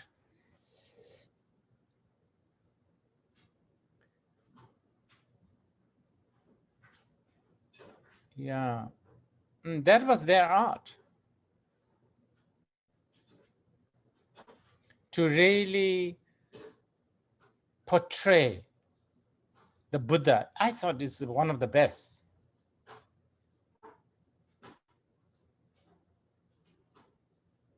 Because Buddha himself said in the Vajracchedika Sutra, those who see me as a form, they have a wrong view, right? So empty throne and a deer hanging around. It's really good.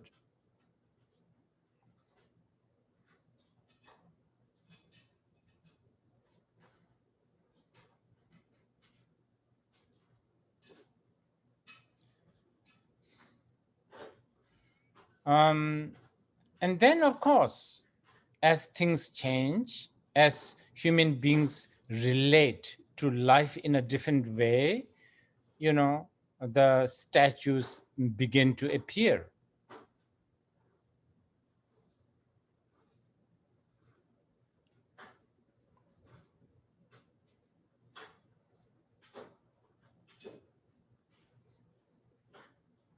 one of the earliest Buddha statue is probably responsible of Greeks.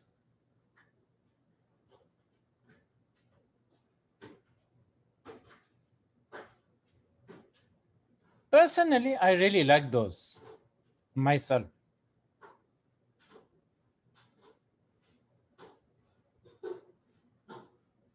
But you know, here we go. Art is a very, very personal thing, right?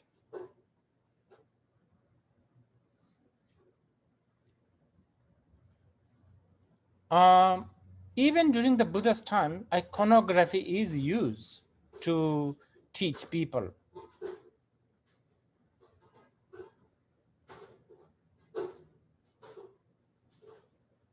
Such as in the art, the wheel of life that is being, painted, very big one.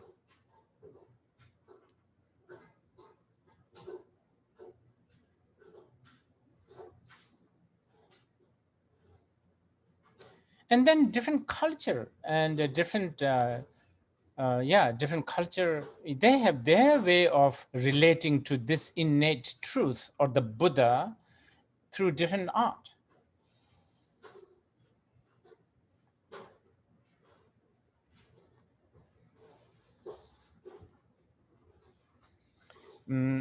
I like the spacious and the simplicity way of presenting the Buddha, Dharma, and the Sangha by, Zen temples in Japan, for instance.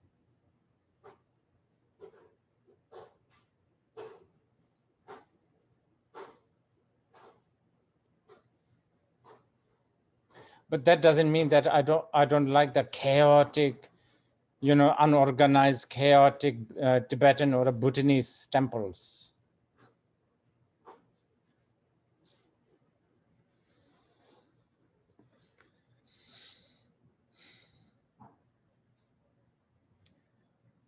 Anyway, to be precise, the Buddhist art must depict the truth one way or another.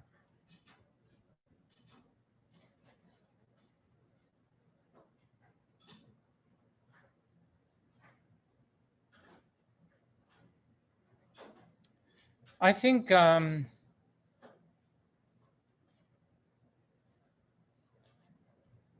will conclude now. I think there's so many questions, but I sort of try to answer them sort of generically. I will now try, I will just summarize.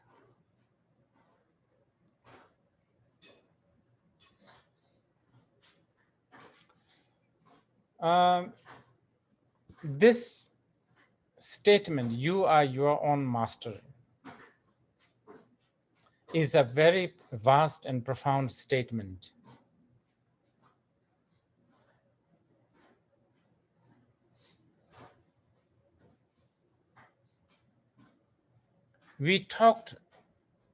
Today we talked in the most outer format, so to speak, in the most outer sense.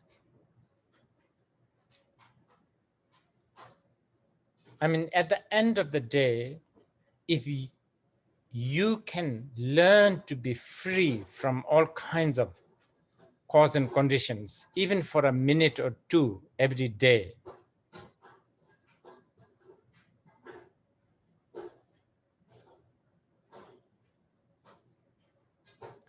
of course, initially through, intellectual analysis, so on and so forth.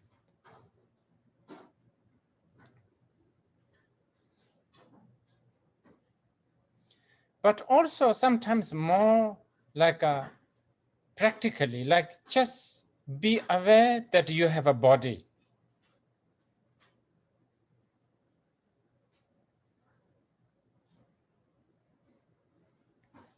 Actually, that's, I think I should not put it that way. It's not like that you have a body. Just be aware of your body.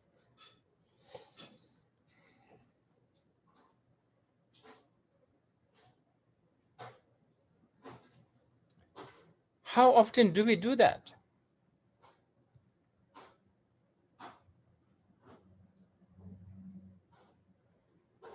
You know, we hardly do this kind.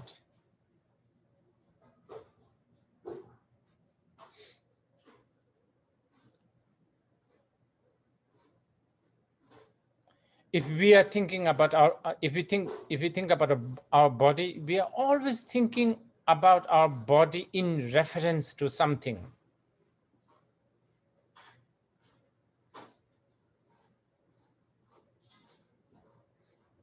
I don't know, weight, shape, health, I don't know, plastic surgery, doesn't matter, but some sort of a reference.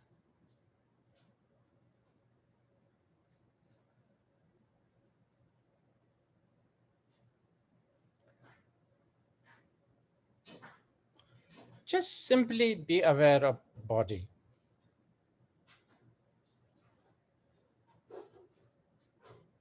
And the feeling and your mind.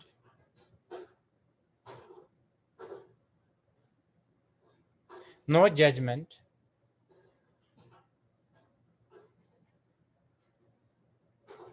If you can just do that few moments every day,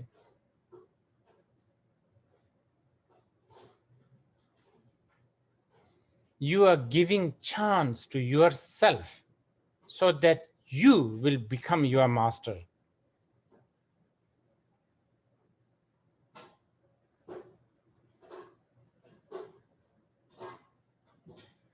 Okay, but as I said, this is the most outer way of putting this statement, you are your own master.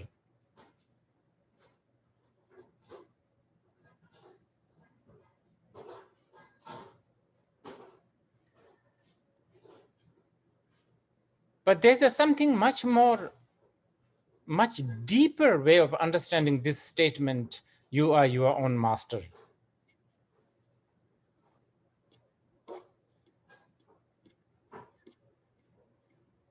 Probably we can talk some other time, but just to give you a glimpse of idea.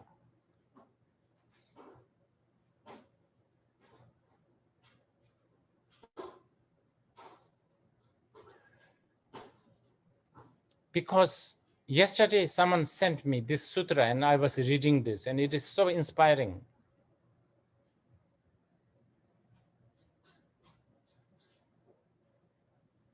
See, you know, we talk about like desire, anger, jealousy, all these defilements.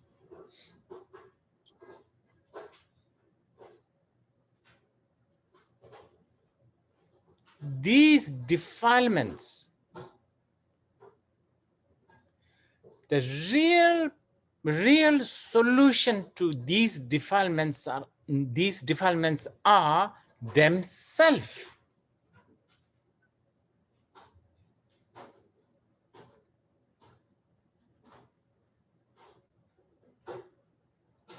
This is what we are talking about. You are your own master.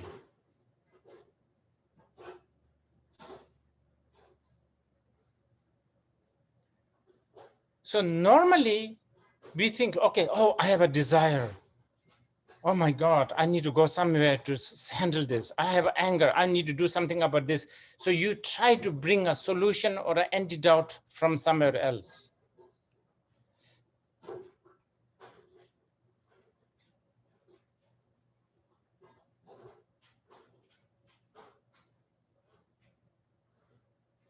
Okay, now I'm talking on a much higher level, huh? So don't get confused with the outer level.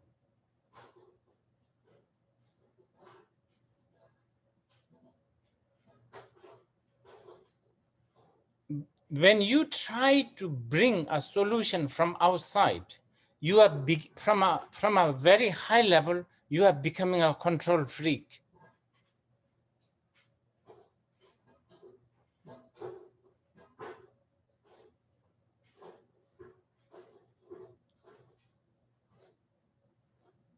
And remember, I told you, control freak means you have a personality disorder.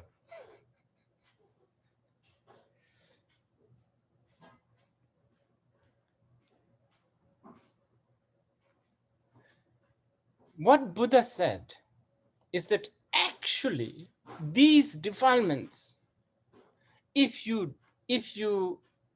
dig into these defilements, it only ends up, the defilements, you're like, how should I call it? Like, if you, I don't know, if you, let's say,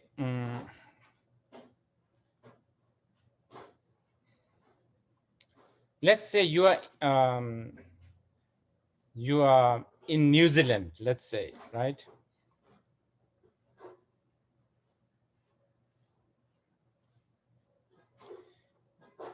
You have to excuse my direction, my geographic knowledge, okay? Let's say you fly from New Zealand and you fly towards what? South?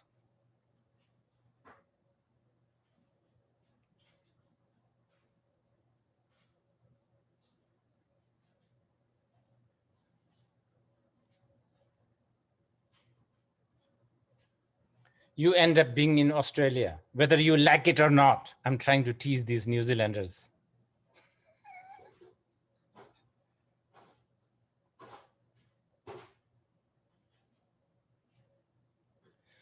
Just like that, if you dig and dig and dig these emotions, you end up finding wisdom.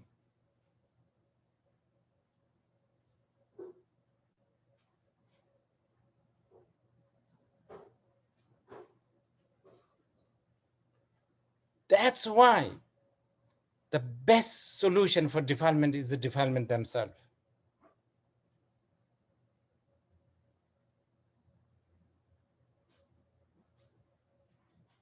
But we are talking on a very high level of you are your own master.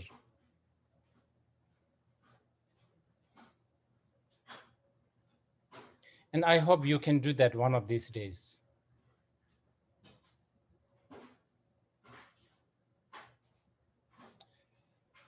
Oh, well, that's about it for today.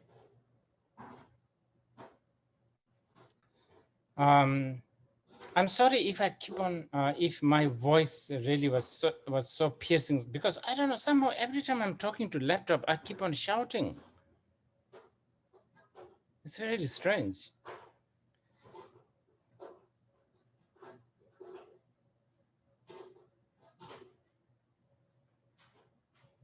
Yeah.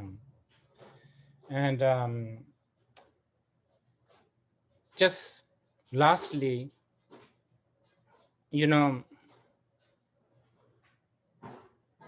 as I said right at the beginning, this has been such a challenging time.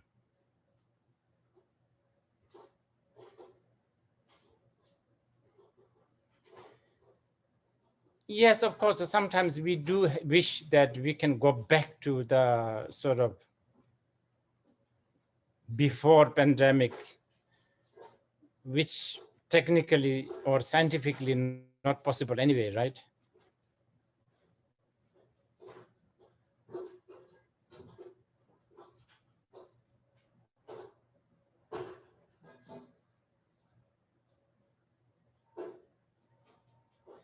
But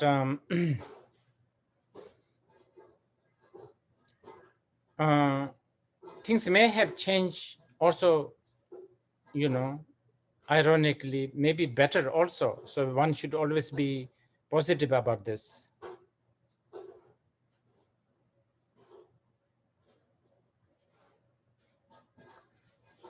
So many people have died, so many people have lost job and home, and I don't know, so many people went through so much suffering.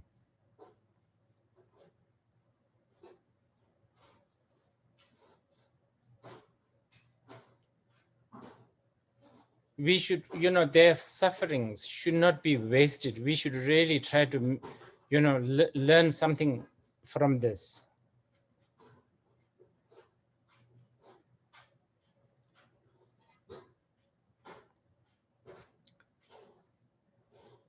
And try to, I don't know, again, coming back to our today's topic, you are your own master.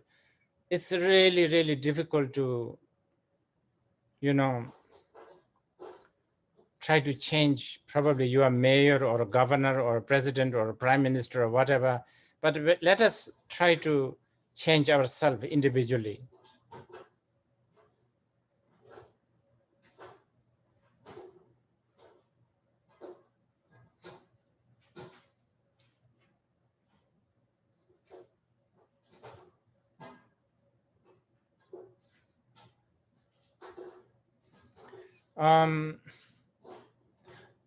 Please learn to be resilient.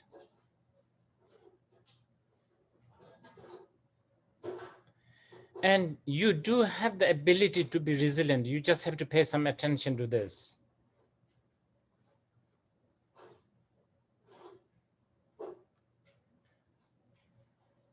Like a shrubs and weeds, your resilience will grow if you give them chance.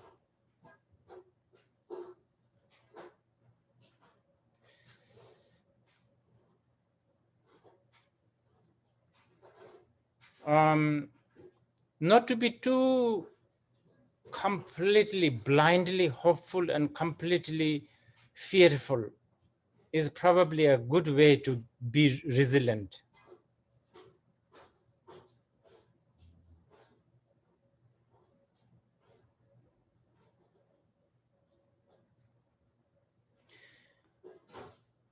And if you happen to be a Buddhist, please trust cause, condition, and effect, and the Buddha, Dharma, and the Sangha.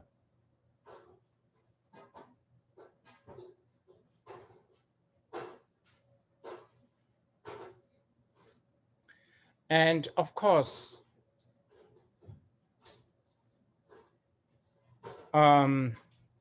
washing hand, mask. If you are not happen to be believer in the religion of no mask, then probably those are good.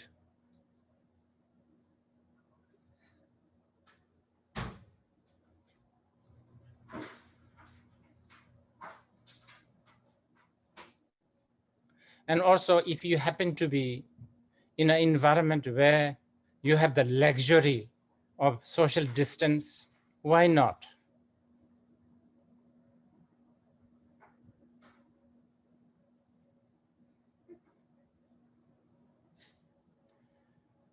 Most of all, most importantly, trust to have, trust the power of good motivation.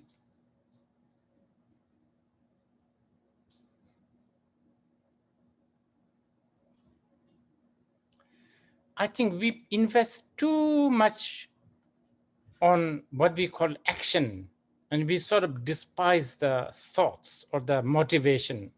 It's really, we should be really putting, even we have the sayings such as, it's the thought that counts, right? Please pay some attention to motivation. It's really important.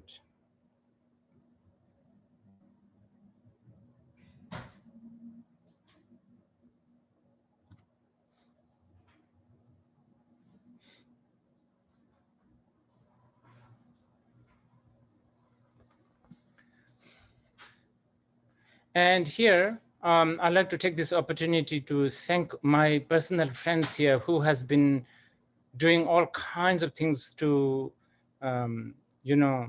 celebrate my birthday.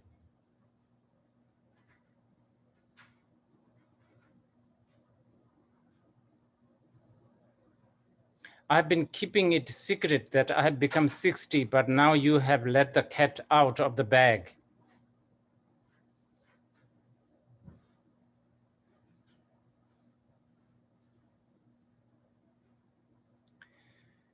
And that's it. Thank you so much. And thank our three ladies here who has been translating in Portuguese, Spanish, and Chinese.